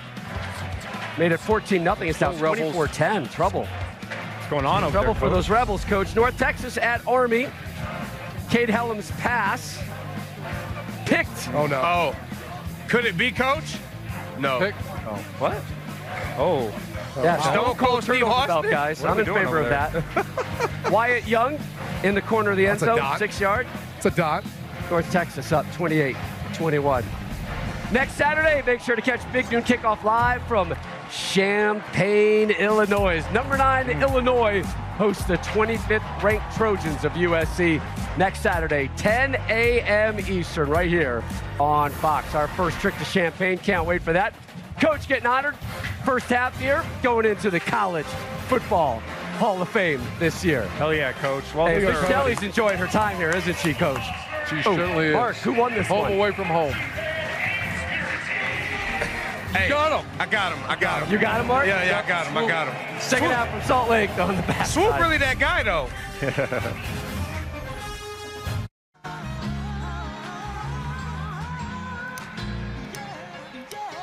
And the beat go boom, boom, boom, boom, boom, boom. Now say, come on, just a snare in the 808. Weezy baby on the mic, DOA. Big Noon Saturday is sponsored by AT&T Business. Connecting changes everything.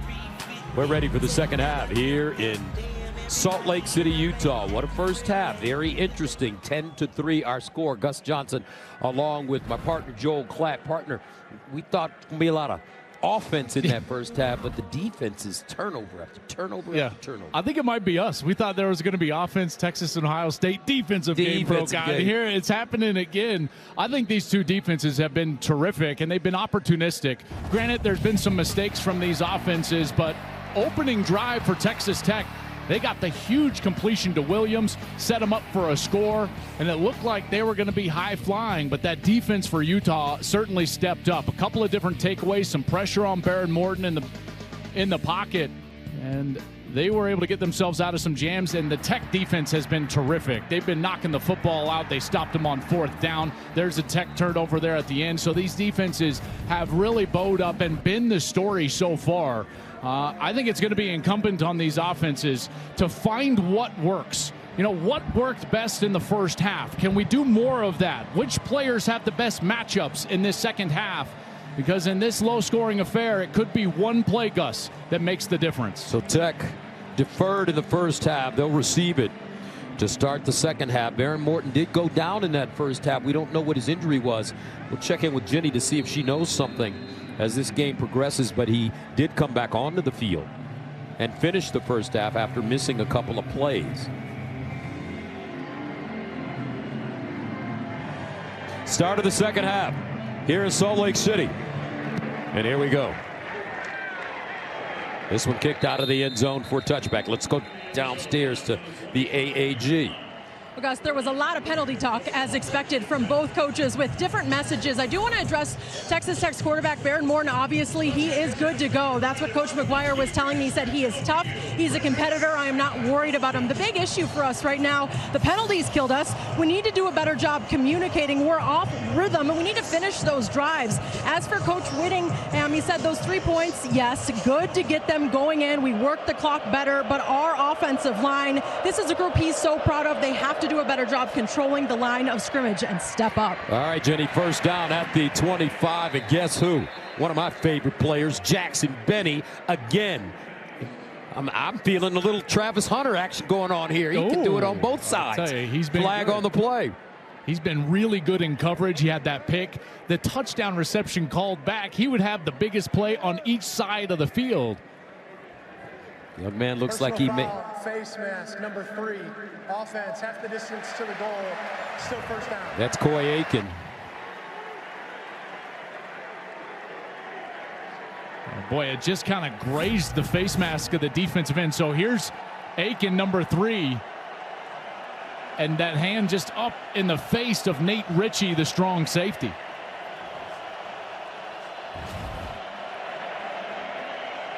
So that'll back up Texas Tech. First down and long, Morton. That's another false start. That's their 5th false start. Prior to snap, false start, number 70. Offense, 5-yard penalty, still first down. Jacob Ponton, the right tackle, here he is. He starts hitting his helmet afterwards. He can't hear anything. Look, he's looking back. He's like, what's going on? We snapping it? Crowd noise has been unbelievable here in Salt Lake City. First down and 27. Remember, this is the loudest stadium in the Big 12, 18th loudest stadium in the country, according to the USA Today.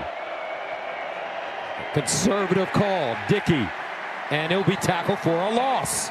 Wow. Ritchie leading the way. Loss of 1. Well, now you got to think about not turning it over. What matchup do you like? You can't force the ball if you're Baron Morton. Maybe try to get half of this back on this snap. Second down and 28. Morton in trouble. Wants to run it. Needs to get down. And does. And he gets leveled. Whoa. Flag on the play. Morton is hurt.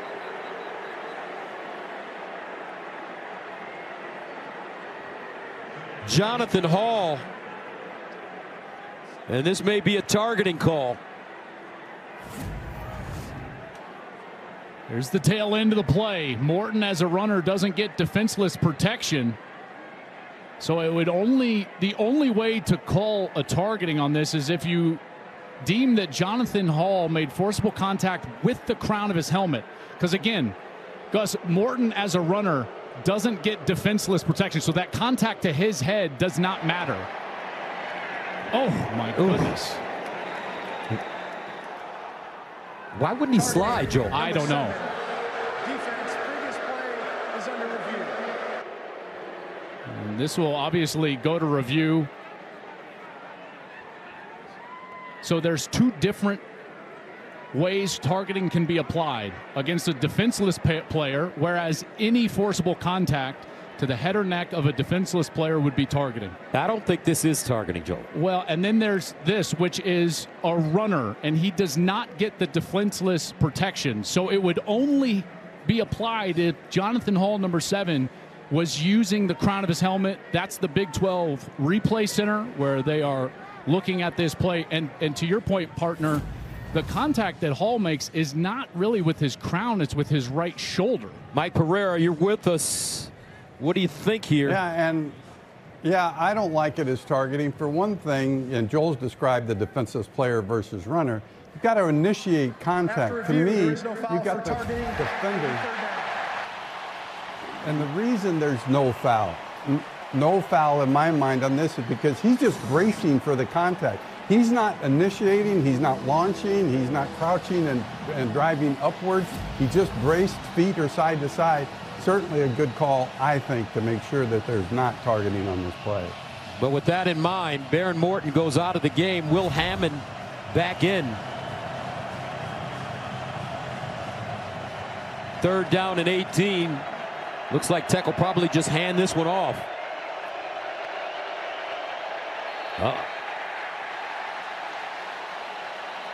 I don't understand why they're still trying to use the clap to snap the football. False start, number 56.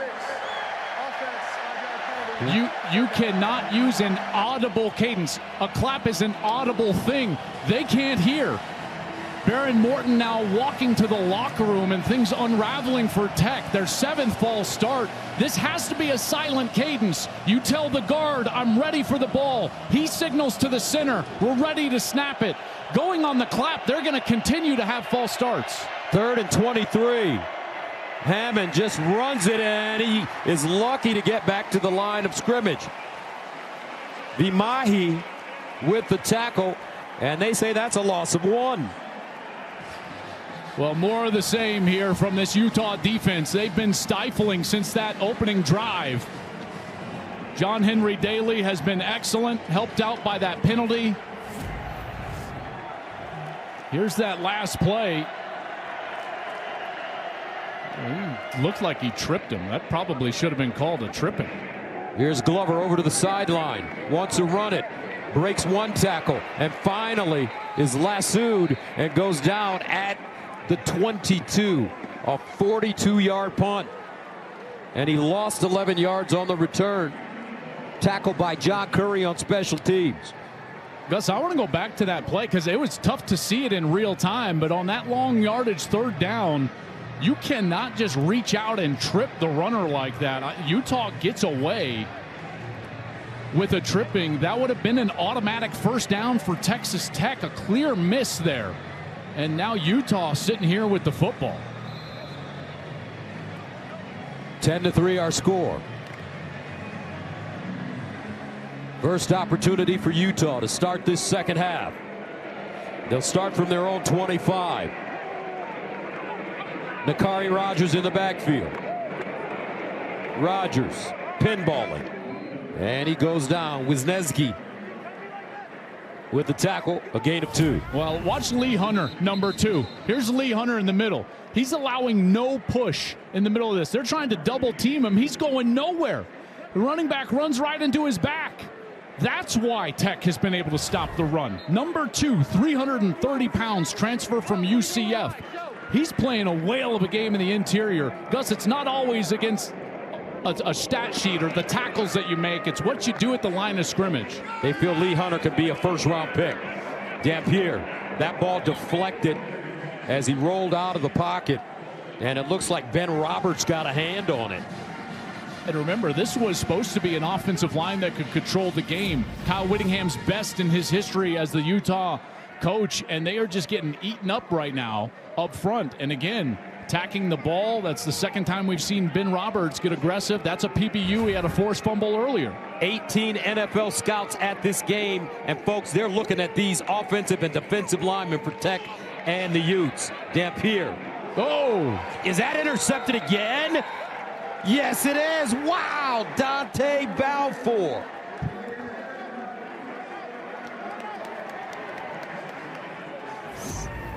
Well, Balfour dives for this ball. Did he get his hands underneath it? Before, no, that one's going to be incomplete. Ill-advised throw way behind the intended target, Dallin Bentley. But Balfour, certainly that one hit the ground. They don't need to go to replay. They should expedite this right away. That's clearly incomplete. Balfour transferred from. Why are they going to replay? Please expedite this. Previous play of an interception is under review. Goodness gracious.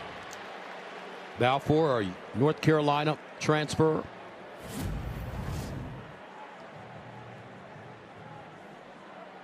He's been really good for them. Transferred in from Charlotte, Gus. Last year he had, well, over his career at Charlotte, 103 tackles, 3 interceptions in 23 games.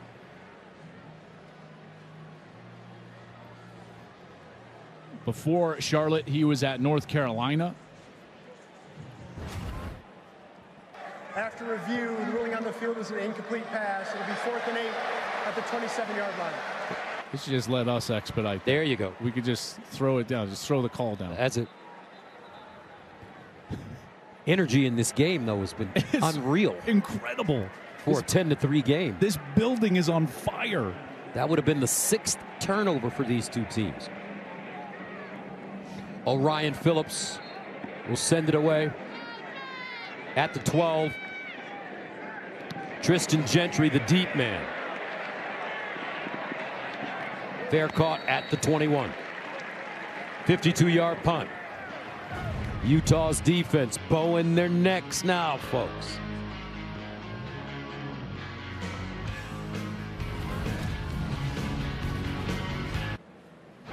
Tomorrow on Fox, NFL doubleheader starts with the rematch of last year's playoff classic between the Rams and the Eagles, or other regional action. Then it's America's Game of the Week as Dak and the Cowboys take on Caleb Williams and the Bears, the Cardinals, Niners. Check local listings for the game in your area only on Fox. Today's attendance, 52,236, 91st consecutive sellout here at Rice-Eccles. First down and 10 of the 21. Pressure, and Hammond gets out of the pocket, avoids a loss and picks up 4. Jonathan Hall with the tackle. Landon Barton with pressure. Well, the young quarterback coming in here to replace Baron Morton, who was injured on that last series, and they bring pressure right away. It's a good call by Morgan Scally, and you know he's going to be more aggressive now with the young quarterback in. Hammond, redshirt freshman, did start the bowl game against Arkansas last year when Morton had that shoulder surgery. Second down and 6 at the 25. Jacoby Williams in the backfield. And they'll give it to him straight ahead. Bouncing, trying to fight, and he'll gain a yard. Trey Reynolds, Nate Ritchie combining. Well, now where does this offense go? You know, do you have the confidence in Hammond to throw the ball down the field, or does it go into that run pass option, screen game, everything moving laterally type of game? And again, the crowd noise just making it really difficult on this Tech team. 3rd and 5. Empty set. Hammond looks, throws. Oh, what a catch at the 45. Caleb Douglas does it again. This is a sensational catch, and it takes an insane amount of courage to do what Caleb Douglas does right here, extend himself over the middle and reach out for that ball. First down at the 44, and they'll run it with Williams. And Williams stopped by Jonathan Hall after a gain of 3. And Douglas has really been their best offensive weapon. He and Jacoby Williams, the running back, number 20. 2nd and 7. Hammond drops it off in the flats. Terrence Carter. And Carter crosses into Utah territory before being stopped by Jackson Benny after a 3-yard gain.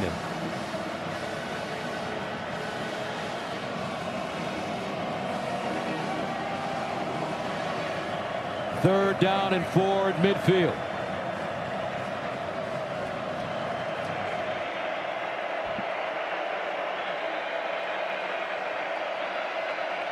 Jacoby Williams in motion. They'll drop it off in the flats to Carter, and Carter lost it. Jonathan Hall once again on the play. A loss of 3. Ruling on the field as the runner was down. Prior to the ball coming loose, it'll be 4th down. In the continuing immediate action, number 23 recovered the ball. 4th down. That's a great read by Jonathan Hall. He has been flying around. Had the hit on Baron Morton on the last series. Makes a beautiful open field tackle there on Carter.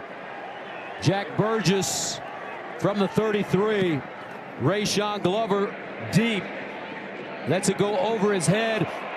And down at the 1-yard line. What a punt. Jack Burgess. 52 yards.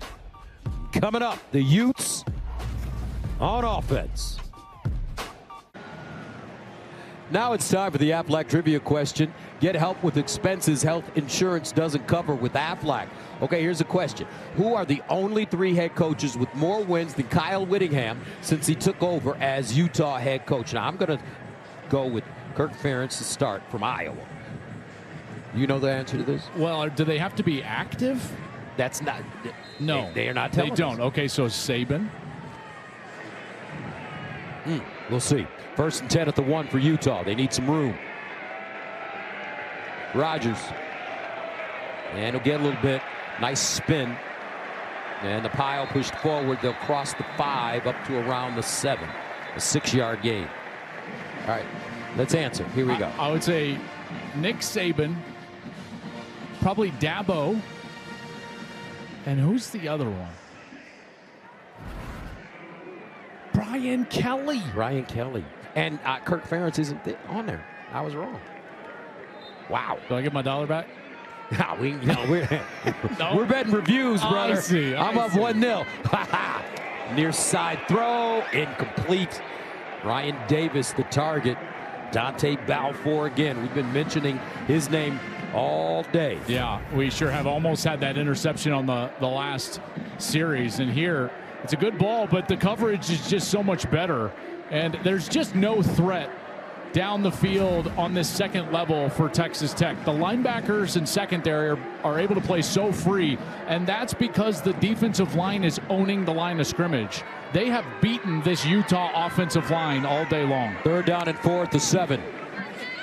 Quick strike, far side, and another loss.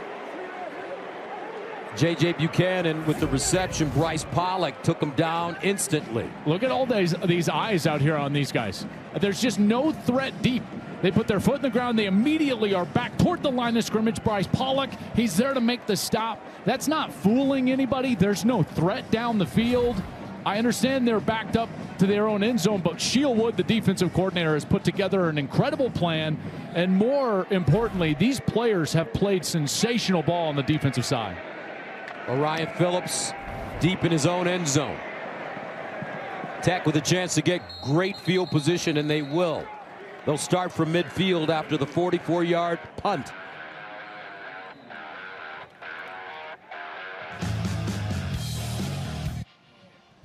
As good as Texas Tech's defense has been, they've been matched by Utah after that first series, and they've been doing it with man coverage. You know, they've been challenging this Texas Tech team that came in as the #1 scoring offense in the country, the #2 passing offense in the country, and they have been challenging them right in the face of these wide receivers, and the coverage has been excellent down the field. A couple of different times, Baron Morton earlier in this game underthrew his receivers. They wound up as interceptions, and that's how they've been stopping this Tech offense. But terrific field position for the Red Raiders to start this drive, and on 1st down, they find Reggie Virgil. Virgil fighting for extra yards before finally being knocked down by Nate Ritchie. Well, and after a nice gain on 1st down, now you've got 2nd and short in an area of the field that Texas Tech loves to try to take a shot. They'll go quick here, try to get somebody matched up. Gain of 8. Here's a handoff. Williams breaks it back and looks like he has the first. Even with a backup quarterback, I wouldn't be surprised if they try to get one down the field. Again, the tough part of that is that the coverage has been excellent from these corners and defensive backs. 1st down at the 40.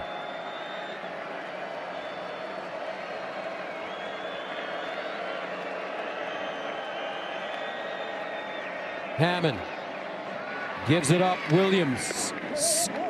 And he scoots through the hole before being taken down by Levani Damuni after 5-yard gain.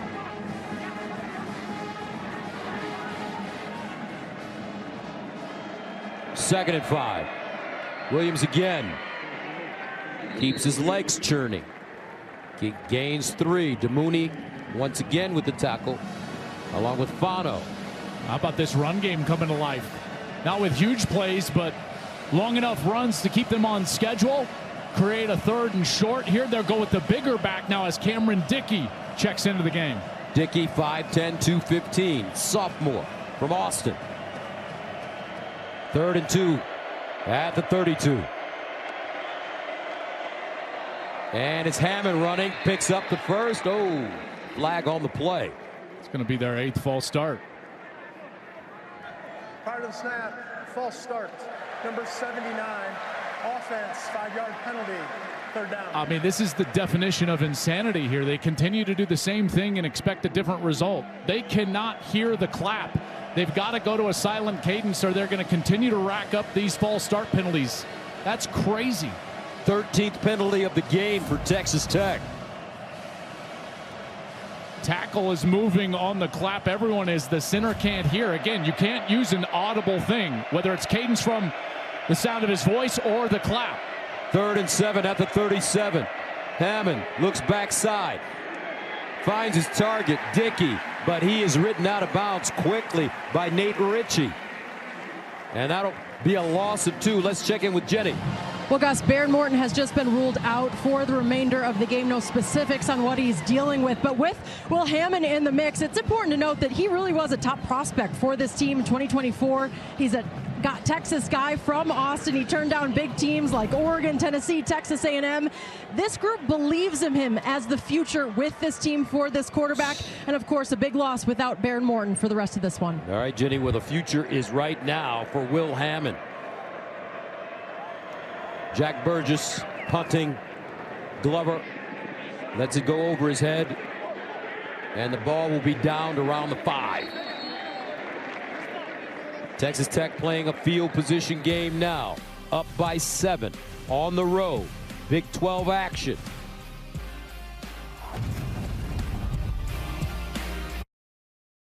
Tomorrow on Fox NFL Sunday, Devontae Adams catches up with Carissa Thompson before the Rams take on the Eagles. And Erin Andrews sits with Cowboys QB Dak Prescott. Plus, Drew Brees joins the guys. All that and Serena Williams. It's going to be a smash. Coverage starts at 11 Eastern on Fox. And welcome back. 10-3 our score. 4:29 to play. 3rd quarter. Texas Tech, Joey McGuire. He's got his team all queued up, especially on defense. 1st down and 10 at the 9. Dampier gets through the hole, gains 4. So, Gus, before that punt, they were within range. Remember, Harrington hit that 58-yarder earlier in the game for Texas Tech. They were within. It would have been about a 57-yard field goal. I think Joey McGuire, though, was thinking to himself, listen, the way my defense is playing, there's no way Utah's going to score going 91 yards. So let's pin them back and rely on that defense versus giving them half a field if they miss. 2nd down and 6. Far side, caught Parker, and he'll pick up a 1st down. Wayshawn Parker gains 9. So Utah's offense has got to adjust here because what their game plan has not been working, and they haven't allowed Dampier to really be involved in the run game. So on 1st down, what'd you see? Quarterback run. They got him going, and then they can get the ball on the perimeter to the tight end on those little play action fakes and letting him half roll and get outside of the pocket. Remember, he came in here with a lower body injury. 1st and 10 at the 22. Dampier running it. Tell you what, man, that defensive line, Gus, they're just not getting pushed around. Great job by Romello Height right there. They tried to pull around number 9. Watch him come from his position and impact these pullers. Okay, so here comes the guard, and watch him. He goes, lowers the shoulder, and he just puts him right back into the backfield. It's exactly what you do on the end of the line of scrimmage. Doesn't mean you have to make the tackle. You have to impact the play. They call that force, right? That's exactly right. 2nd and 8 at the 24. Dampier underneath. And this reception made by J.J. Buchanan. He'll gain another 4. So right now the Utah offense dinking and just dropping it off. 3rd down, 4 at the 28.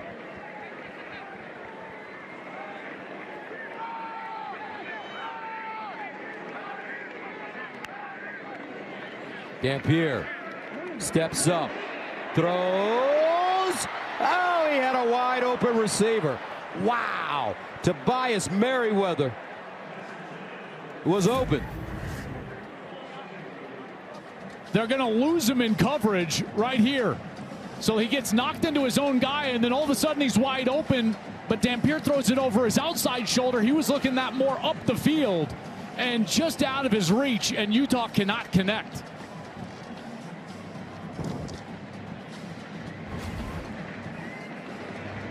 Orion Phillips again. He's had a busy day. Tristan Gentry back deep. 6th punt coming up for Utah. Gentry. Oh, he is level as soon as he touches the football. Luca Caldarella.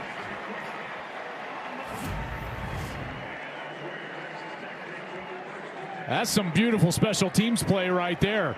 That drive started inside their own 10, and they're able to flip the field, not even gaining a bunch of yards on offense, but with their punt team. What a tackle, and now Tech will start deep in their own territory. 2:03 to play. 3rd quarter. Conference opener for these two teams.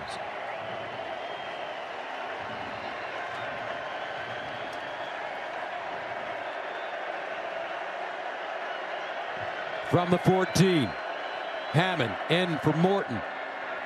Hands it off to Dickey. Tries to get outside, and he'll pick up a couple.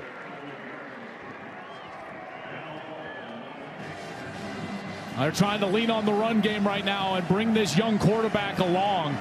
Not exposing him to that rush like you saw in the first couple of snaps. Morgan Scalley, the defensive coordinator for Utah, historically very aggressive and loves to bring pressure, in particular against young quarterbacks, and I'm sure he's itching to bring some pressure here on the next few downs. 2nd and 8 at the 16-yard line.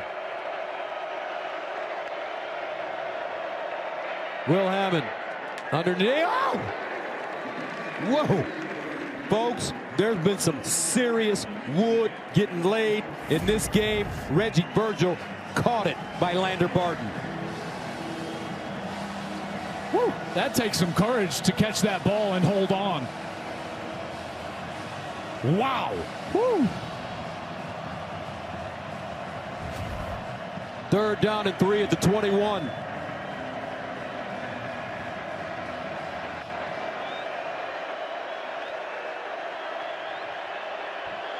Hammond off his back foot. Oh, beautiful throw and catch. Reggie Virgil got that foot down, and it's a 1st down. Red Raiders gain of 19. Yeah, this is a beautiful route. From the outside, he presses in, and then he goes back to the corner. The ball is thrown on time, but he reaches back just over that inside shoulder.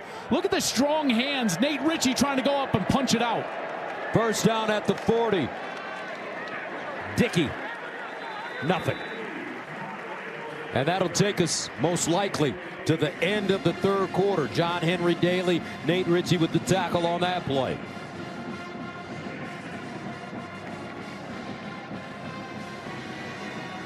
Physical game, folks. End of the 3rd. 7-point affair. Back for the 4th right after this.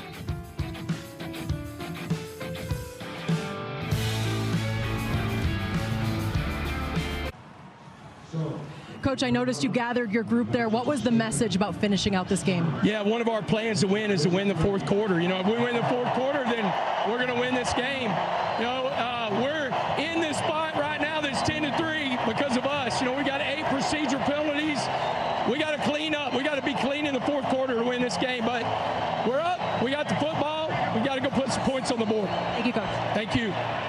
Right out of Central Casting, Joel Klatt. West Texas, baby. Oh, my goodness, I love it. That's so good. 2nd and 10 at the 40. Hammond in for Baron Morton. Hammond lets it go down the sideline. Woo! Incomplete. He put that one on the money for Caleb Douglas. Just couldn't hold on. But a good throw. Hammond 7 for 8. His first incompletion. And that's about as good as you can throw it. Boy, if it hits your hands as a wide receiver, we've seen Caleb Douglas make tougher catches than that today. He's going to want that one back for sure.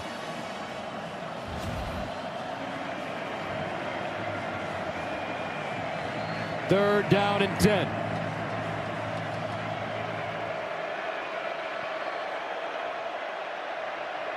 Will Hammond, the freshman from Austin. Hammond uncorks again, same area, and it is caught around the 25.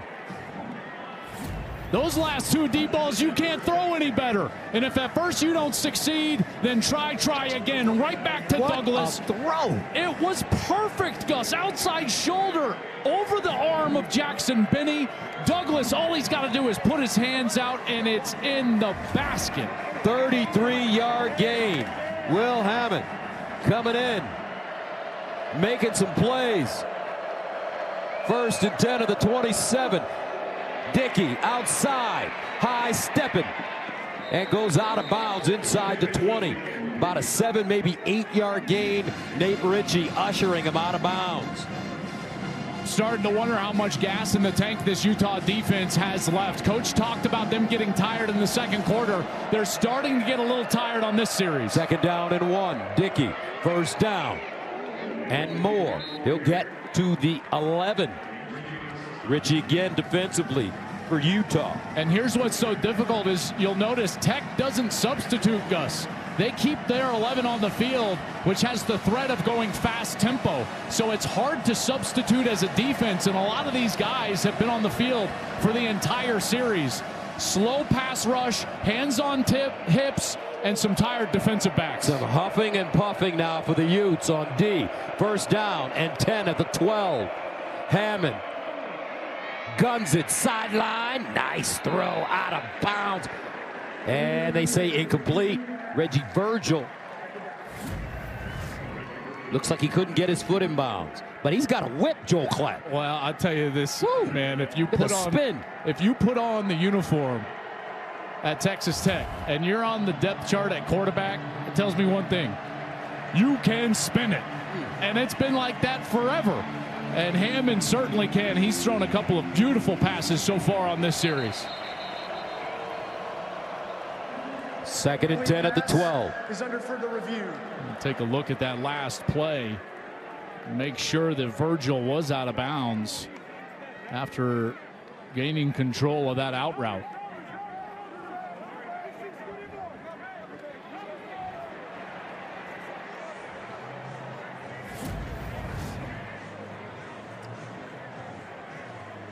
Perfectly thrown. Virgil just might lose his spatial awareness a little bit, and he doesn't quite know where, but which foot comes down first? If it's the right foot actually hits the turf first, don't you think? I'm going to say that's incomplete. Oh, man, that is tough. You want some action on that? But hold on. Let me see this. No. Hold on. Come on, make a decision. Hold on. Oh, yeah. Oh, yeah, I got you. I got action. $1. Bet. That's a catch. Okay. I'm up 1-0. You see that control. So first go to control. You might be right here. Mike Pereira, are you with us? Anytime you guys start betting $1, I'm out. I'm out. You know, this is so close. Is that toe down? You know, to me, he sticks control. That's the one thing. So if that toe is down, which it looks like it is, then that would certainly make it a catch. But it is really close. Well, now we got the same dynamic where Mike and I are on one side, Gus is on the other, and now I don't feel comfortable about it. That's down, right? It's down. I think you're right. After review, ruling on the field is upheld. Incomplete pass. 2-0.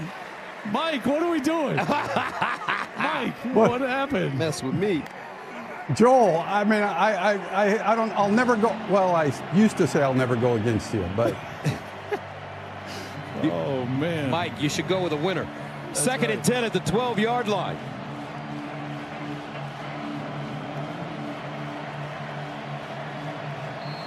Will Howard putting in yeoman's work. Excuse me, Hammond. Here he runs the ball and gets to the 5. Cash Dillon with the tackle. Well, now you got to watch out for those pick and rub routes. Joey McGuire knows that Utah loves man coverage. It's what they hang their hat on.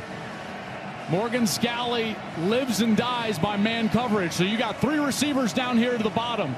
Watch out for them to pick for each other and try to get one of these guys wide open down here below. 3rd down and 5 at the 7. Dickey in the backfield. Hammond in the corner, wide open. Incomplete. Terrence Carter was open, but that ball thrown behind him. Leverage was just off. It's exactly what I'm talking about. You're going to get here and you're going to get here. The crossing, the pick plays, the defense loses itself, lose their footing, but the ball is just on the wrong shoulder. We saw a similar throw earlier from Utah. Devin Dampier just couldn't find his wide receiver, and Hammond here just the wrong leverage. Ball's got to go to his upfield shoulder, and it didn't. So Stone Harrington comes in to attempt a 25-yarder. Good already from 58. And good again. 13-3. Texas Tech. Utah with a mountain to climb.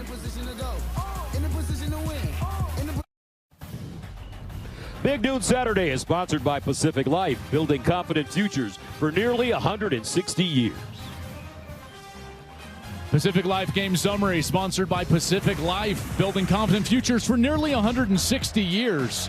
Cameron Dickey ran it in first series of the game. Haven't been much offense since. There's been a lot of defense, including Baron Morton exiting the game after a huge hit. Tech defense forcing some turnovers. This Big 12 turning into a defensive league. Iowa State we saw earlier this year in a low-scoring affair against Iowa. These two teams, really a class of the Big 12, have put on a show defensively here 13-3. My question is, what's the name of the whale for Pacific Life? I mean, Willie had a name. Orca had a name. What's a Pacific Life? I don't know. Whale's name, Joel. You read this promo every week. I do. Last week you had me dying. We had the whale jumping out of Lake Michigan. That's right. Man. So here we go, folks. Devin Dampier. Offensive struggle for Utah today.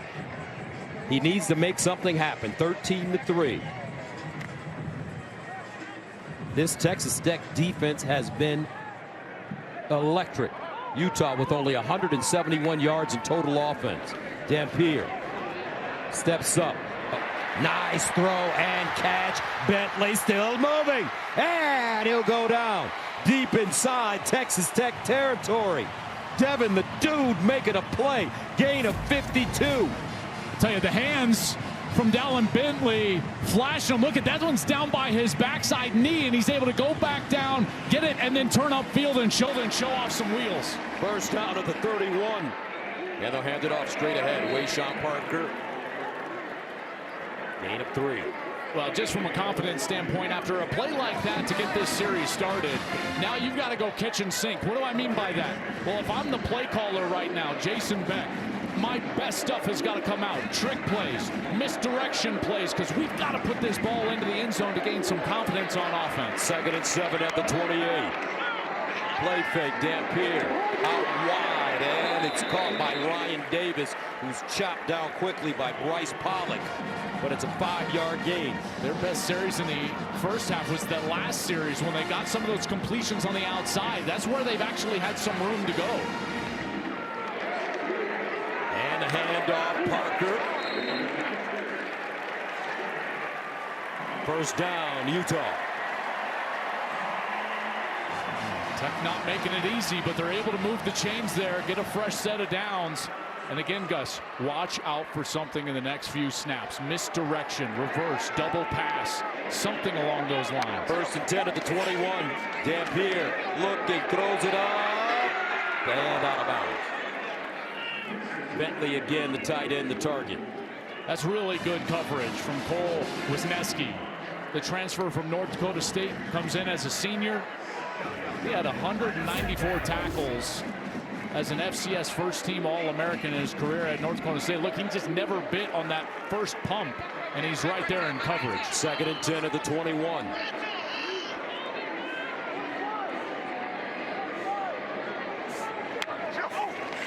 Camp here. Underneath. Incomplete. No flag. Yes. That should be interference. Wisniewski may have gotten there a little early. Tight ends coming across the middle. Does he make contact? Pass interference, number 5. Defense, spot foul, automatic first down. Wisniewski doesn't believe so, but he did make contact through the back of the wide receiver, preventing him from making an opportunity to make that catch. Wisniewski, a big dude, 6'4", 220. First down and 10 at the 14. But he can run for as big as he is. Camp here. Guns it. Underneath. Caught. Close to a first down. Ryan Davis again. Utah cobbling together a drive. Gain of 9. They've got to pay it off. They'll go quickly. 2nd and 1. At the 5. Handoff. Parker. Touchdown. Utah. And the Utes are right back in this game. Listen to this crowd.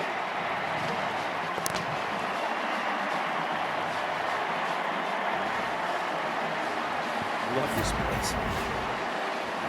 Look at the right side of this offensive line. There's Spencer Fano first on the defensive end, then up to the linebacker. That's why they think he's maybe a top 10 pick in next year's NFL draft. Dylan Curtis for the extra point.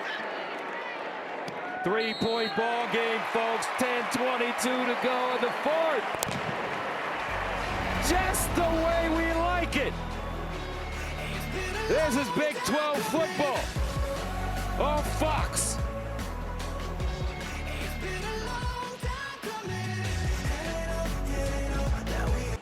Big Noon Saturday is sponsored by AT&T Business. Connecting changes everything. Utah coming off their best drive of the day. 7 plays covering 75 yards. They ate up 2-11 to make this a very interesting game now. One-score games last year. Utah could not finish these things out 1-5. Meanwhile, Joey McGuire and Texas Tech, they live for these situations. 6-1 in one-score games. Curtis sends it off. And this one goes into the end zone for a touchback. Start your Saturday strong with Big Noon Saturday. USC is chasing their first Big Ten statement win as they take on the 9th-ranked Fighting Illini. It all goes down live from Champaign, starting with Big Noon kickoff at 10 a.m. Eastern. Then it's USC Illinois, only on Fox. SC taking on Spartans tonight in Southern California. Who you like in that game? You know, that's on Fox, by the way, folks. Yes, it is. And SC has looked awfully good. And Michigan State kicking at 11 p.m. on their body clock, East Coast time. That's going to be difficult for the Spartans. First down to 10 of the 25 now for Will Hammond, in for Baron Morton, who went out with an injury. Hammond has done well. Quarterback run here. And he's got to get down. Whoa, what a move. Hurdling, breaks it back, and then goes down. Nicely done. 32-yard run. Showing some serious moves right there. Hammond on the designed quarterback draw, and he's getting away from the linebacker right there at the line of scrimmage. He was free. Virgil with a block, and then Hammond is able to get down once he crosses the 50. First down and 10 at the 43. Hammond starting to relax and find himself. Coming off the bench. Handoff, Williams. And he'll be lucky to get back to the line of scrimmage, maybe a half-yard gain. Well, I'll tell you, that last series, I'll tell you what it proved to me, is that Hammond is just as much a gunslinger as Baron Morton, and Mac Leftwich, the offensive coordinator, will continue to be aggressive on the outside. In that last series, it was to Caleb Douglas. Had a couple of beautiful deep ball throws down the field. Douglas is on the far side. Hammond threw for 8,700 yards and 84 touchdowns in his prep career. Second down and 10 at the 43. Had offers from Oregon, Penn State, among others. Hammond on the move. Oh, he whipped it in there. Down inside the 25 is Corey Aiken. Willie the whip. What a throw. Gain of 19. And just over the outstretched arm of number 23, Jackson Benny. Benny is trying to tip that ball, but too much velocity from Hammond. And he's able to get it in there to Corey Aiken. Aiken is Baron Morton's best friend, trusted receiver on the outside, but making a huge play for the backup, Will Hammond. Got a player down. Looks like a Ute back after this.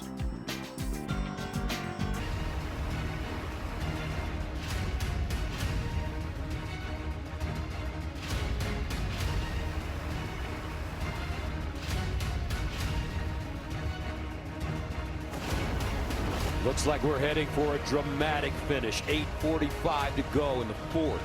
13-10 Tech. And this young man, Will Hammond, a freshman from Austin, off the bench for their starter, Baron Morton. And he has found himself. First down at the 24. And wide open. Touchdown! Terrence Carter Jr.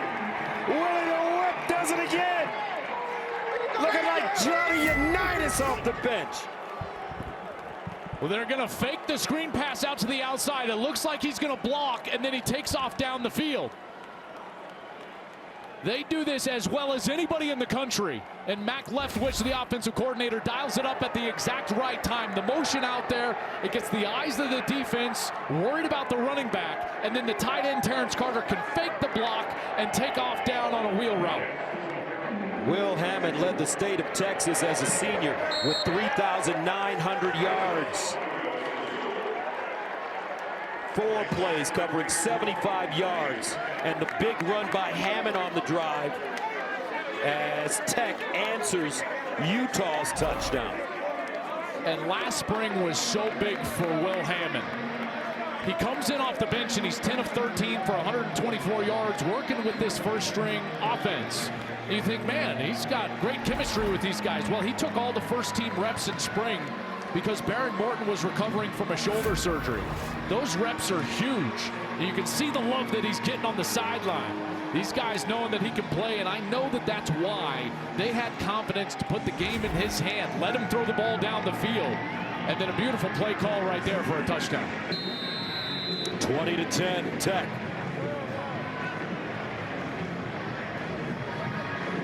$8:29 to go, fourth quarter.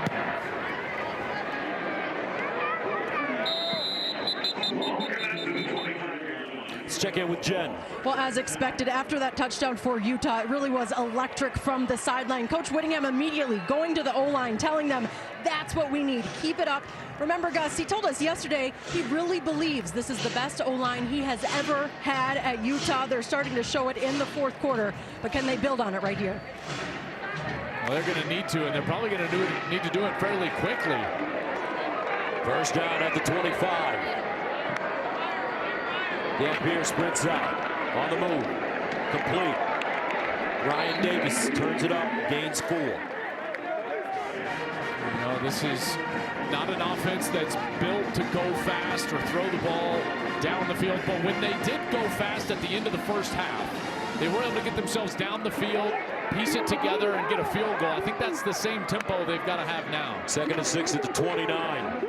Rogers, not a lot. This time it's John Curry, sophomore from Lubbock. And they're just flying around from everywhere. Curry comes in from his star position, kind of a strong safety style position here for Sheil Wood, the defensive coordinator. And Curry from Lubbock, Gus, like you said, you know he loves being a Red Raider. 3rd and 6. Incomplete. Man, Utah's got to punt it away. Looks like Gil Howard got in the backfield. He is so active up there at tackle, forcing double teams. They're double teaming him, and he still gets his hands up. And by the way, if he doesn't, you can look at Jacob Rodriguez, number 10. I think Rodriguez thought to himself, I've got a pick in my hands if that one wasn't batted down. Big fella got a paw on it. So Orion Phillips, back deep, Gentry. Phillips pops this one high in the air. Gentry comes up and fields it at the 32. A 40-yard punt. 7:28 to go. Tech with the lead and the ball. Willie the Whip. How about the confidence they have in this kid? Going with the quarterback draw on that first snap of the last series. He gets him across the 50-yard line. Beautiful on the run. Outstretched arm of Jackson Benny. Can't get it, can't tip it. Then they dial up that little double move with a nice pump on the outside, and he finds the tight end. And Terrence Carter is into the end zone. Joey McGuire. I tell you, there's something different about this Tech team, folks. Yes, they've invested, there's no doubt.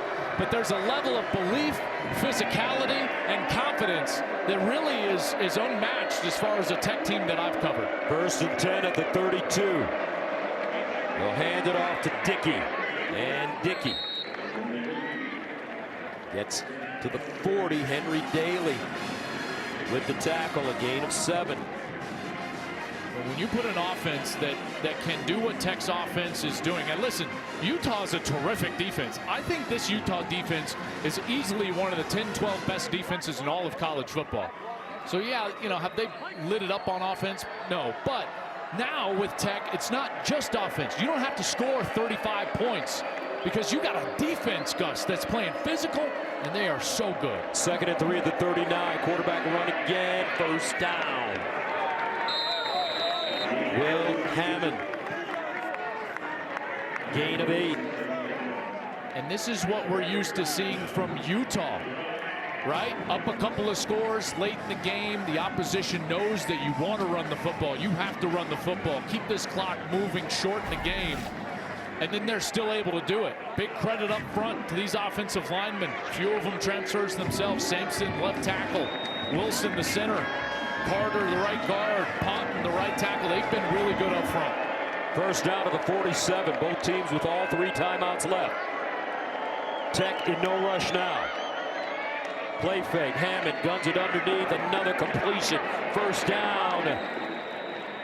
Texas Tech. Reggie Virgil. A gain of 14. This kid, something else, Joel. Yeah, how accurate was that off of the run pass option fake? So he has the play fake in the backfield. He's reading the linebackers. Look at that. Boom. Right on the frame. Gus, you hear me say every single week, in breaking routes, you've got to throw that ball where? On the frame of the wide receiver. And that one was framed up perfectly. 1st down at the 39-yard line. 5:28 and counting. Will Hammond. Play fake. And he'll run it again. I'm just nervous about these Texas Tech quarterbacks not getting down, Joel. Well, he can't get down on there because that's a power. But man, I hear right. you. Wow. And when your backup's in the game and your starter has already been ruled out, you know, certainly it's cause to hold your breath a little bit over there if you're Joey McGuire, the head coach, and as he called it, CEO over there. 2nd down and 5 at the 34. You think the coach is saying, hey, do we really want to get him hitting him? That's what I was thinking. Joey McGuire, more than anything, wants to win this game. Hammond hands it off. Dickey. And he runs into a pile. No gain. Kyle Whittingham understanding that down 2 possessions. He's fighting the clock here, so he's going to take a timeout here, his first of the half. With a chance to get off the field here on 3rd down. Stop the clock, give themselves a bit of a chance. Tech, by the way, in field goal range. Texas Tech, after this game, they'll have a bye week, and then they're at Houston. For Utah, after this game, they travel to Morgantown to take on the Mountaineers of West Virginia.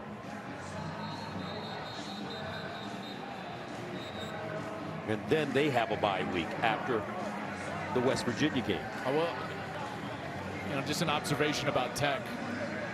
they have more depth. And I'm not talking about personnel. I'm talking about like offensive answers than we've seen in a long time. They've always thrown it around and scored a lot of points. But how about this series, Gus? Keeping it on the ground, winning on the line of scrimmage. You know, I think that from an offensive perspective, they can throw it deep, they can throw it short, they can run the football. Very difficult offense to stop. 3rd down and 5 at the 34 of Utah for Texas Tech. Aiken in motion. Hammond. Another first down completion. Terrence Carter Jr. again. And again, that ball is thrown on the money. He has not missed today. Maybe the one to Carter in the end zone that went on with the wrong shoulder. Again, inside breaking route. Where's the ball? On the frame. Maybe a touch behind him, but Carter is able to make the adjustment, get back there, and get that catch in front of Teo Johnson. Hammond is 11 of 14, 133 yards passing and a touchdown. He's rushed 6 times for 54 yards. If they win this game, game ball is coming for Hammond. Dickey keeps going. Outside. Sideline. Touchdown. Texas Tech. Cameron Dickey. 24 yards. Back breaker.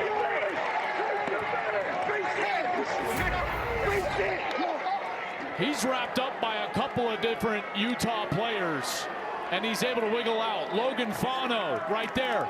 And then Nate Ritchie, number 6. Both have their hands on him, but he keeps his legs going, spins out of it, and runs for a touchdown.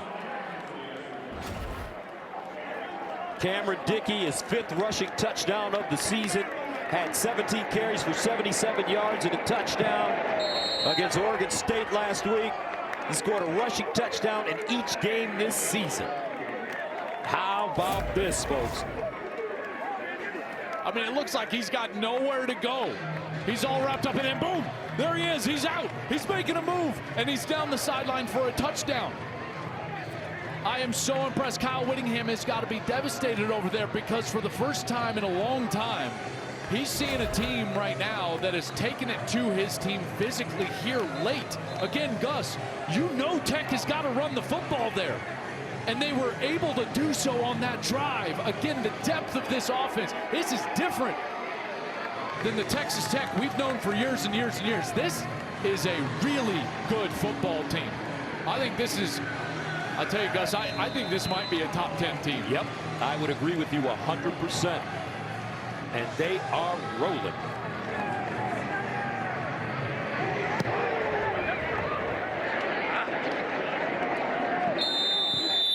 .341 to play in the 4th. Nobody thought this would be the outcome.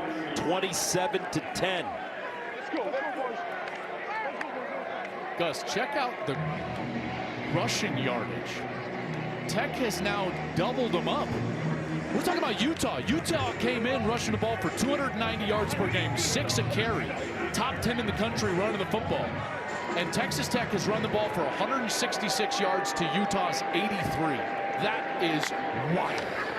First down, Dampier. Nobody home. Utah came into this game 3.5-point favorites. Our man Dave Portnoy had on a Utah shirt, but he picked Texas Tech. I saw that. He took the points. Yeah, he did. Yeah, he did. 2nd and 10 to the 25.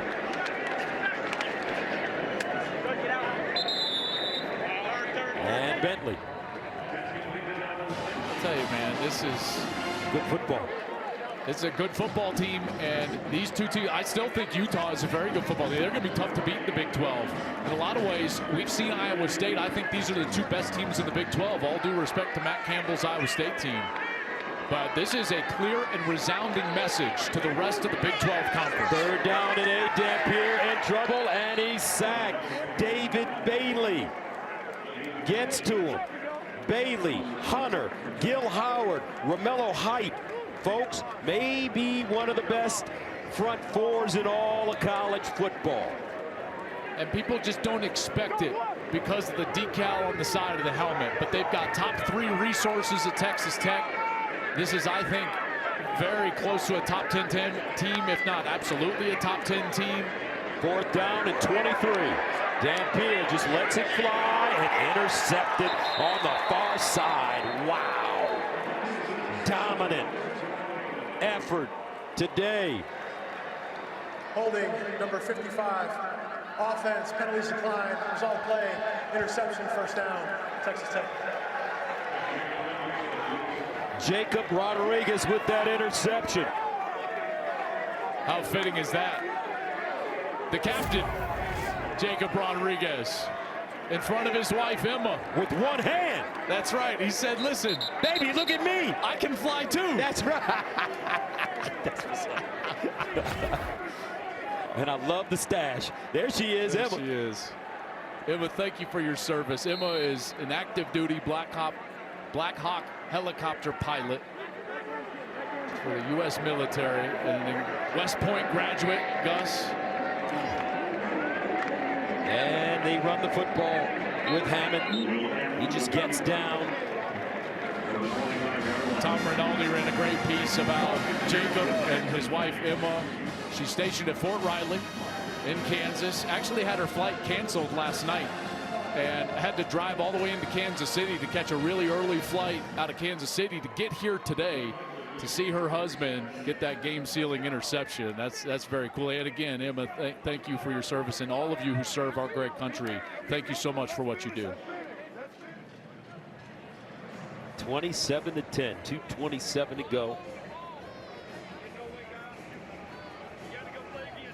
Look at them. They're locked in, too, over there. Sheil Wood, he's the defensive coordinator. He's the one holding the tablet. I mean, they're up 27-10, 2:27 left. Like this, you know, Gus. They're icing this one away, and yet they're locked in on the tablet. Locked in. And that's what Joey McGuire told us yesterday, right? Yep. He said that this group, even though this is a collection of transfers, guys like Jacob Rodriguez and Baron Morton who have been here, they still own the team, and everybody else has come alongside, and they are now Red Raiders. 2nd and 7. Hammond turns the corner, runs out of bounds. But you can't say enough, as we talked about the D-line, but you can't say enough about this young man, Will Hammond, what he was able to do off the bench when Baron Morton got hurt and went out. Baron Morton in his 5th year. Hammond, a freshman. And he showed America that he's got some talent. I mean, this place was shaking when Utah cut it to 13-10. And Will Hammond had to walk out onto the field and settle his team down and make plays, and that's exactly what he did. He's got a whip, folks. A lot of courage, too. This whole Texas Tech team flying high. Illinois, big game today against Indiana. Looking forward to seeing that one at the airport. Kirk Cignetti's 2nd year, magical 1st season, coming from James Madison for Indiana. Brett Bielema building. Great program in Champaign. Hammond will throw it up top again. Now they're showing off. Touchdown, Reggie Virgil. Wow. Gus, I'm going to give you one guess as to how well that ball was thrown. Tell me. Perfect. Ooh. I mean, perfect. You can't place it out there better. Will Hammond dropping absolute dimes right on top of the face mask of the wide receiver. I'm like, that's the note you take when the play is installed. All right, back shoulder, drop it right on the face mask of the wide receiver so he can go up and high point it and turn away from the defender. Got it, coach. He wrote it down and then dropped it on the field. Willie the Whip, Will Hammond. He's got an arm on him, folks, and some touch as well. 6'2". 210. Hammond, 21 unanswered points in the 4th quarter.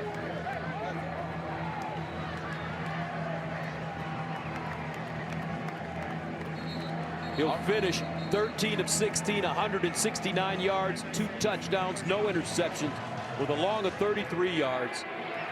And he rushed 8 times for 61 yards, with a long of 32. Courageous effort by this young man. And they just wore out. That's his coordinator, Mac Leftwich, that he was just hugging right there. They just wore him out. Utah wore down. It was a relentless attack by this passing game, regardless of who was in. Will Hammond comes in. Didn't bat an eye. Joey McGuire, the old ball coach, folks. He did it at the high school level, doing it at the college level now. And by the way, they are unabashed in their confidence in what their purpose is this year. They have said, listen, we didn't make this investment to just go have a 10-win season. No, no, no. If we don't win the Big 12, I'm going to feel like a failure. That's what their GM said. That's what Joey McGuire has alluded to. They invested in this program to be great. Not to be flashy, but to be great. New quarterback in for Utah, Bird Ficklin.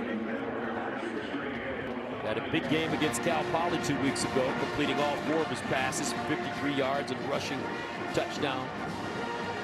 This is what their GM Blanchard has said. You look around, and he said, we have top 3 resources in the country. There is no reason for failure. If we don't get to the Big 12 championship game, I'm going to feel like I've failed. Here's Ficklin running, and he'll pick up a first down. So this is what the standings will look like in the Big 12 Conference. Iowa State and Texas Tech up there. Obviously, there's a lot of good teams. By the way, TCU is closing out a win currently over SMU. They were down and came back. That game is now final, so TCU is right up there. They're a really good team. Rogers. But this feels like a statement. Yes. Coming in this building. Absolutely. And handling this Utah team. Against a great offensive line and a rugged defense. Yep. And they handled both of those for the most part. With the backup quarterback in the game in the second half. And Rogers.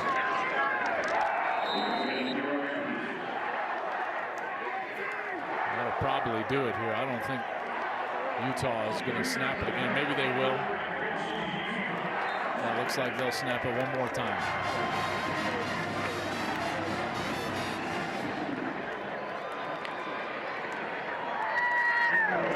Final play of the game. Rogers running straight ahead, and that should do it. How about this, folks? Texas Tech not only comes into Salt Lake and wins, they kind of thumped them 34-10. The final from Rice-Eccles Stadium. Joey McGuire, Coach Witt will embrace.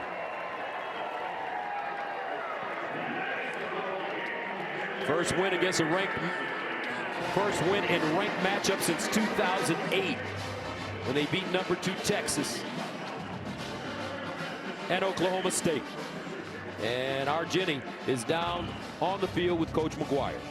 Coach, congratulations, first of all. Texas Tech, a defensive team today. What statement overall was made from your crew? We are a defensive team. These guys take a lot of pride in what they do. Coach Wood and his staff on that side of the ball is doing a great job.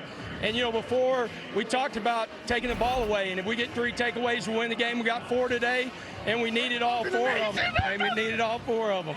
You just said it, best coach in the nation. I know expectations for this team are very high, and you lose your starting quarterback, but Will Hammond comes in, 2 touchdowns, he gets it done. How impressed were you? Yeah, really impressed. And, you know, Will had to do it last year at TCU, and we gave up a late lead, and then, you know, he played in the bowl game. But the one thing that we say all the time is the standard's a standard. If you're going to wear the double T and you're going to step on this football field, you play at Red Raider speed. What a standard today. Thank you. Yes, thank you so much. All right, Jenny, the final score here in Salt Lake City. Texas Tech 34, Utah 10. Coming up next on Fox after this break, North Carolina takes on UCF. For Mikey Rollbooks, the All-America girl, Joel Klatt, I'm Gus Johnson saying so long from Salt Lake City.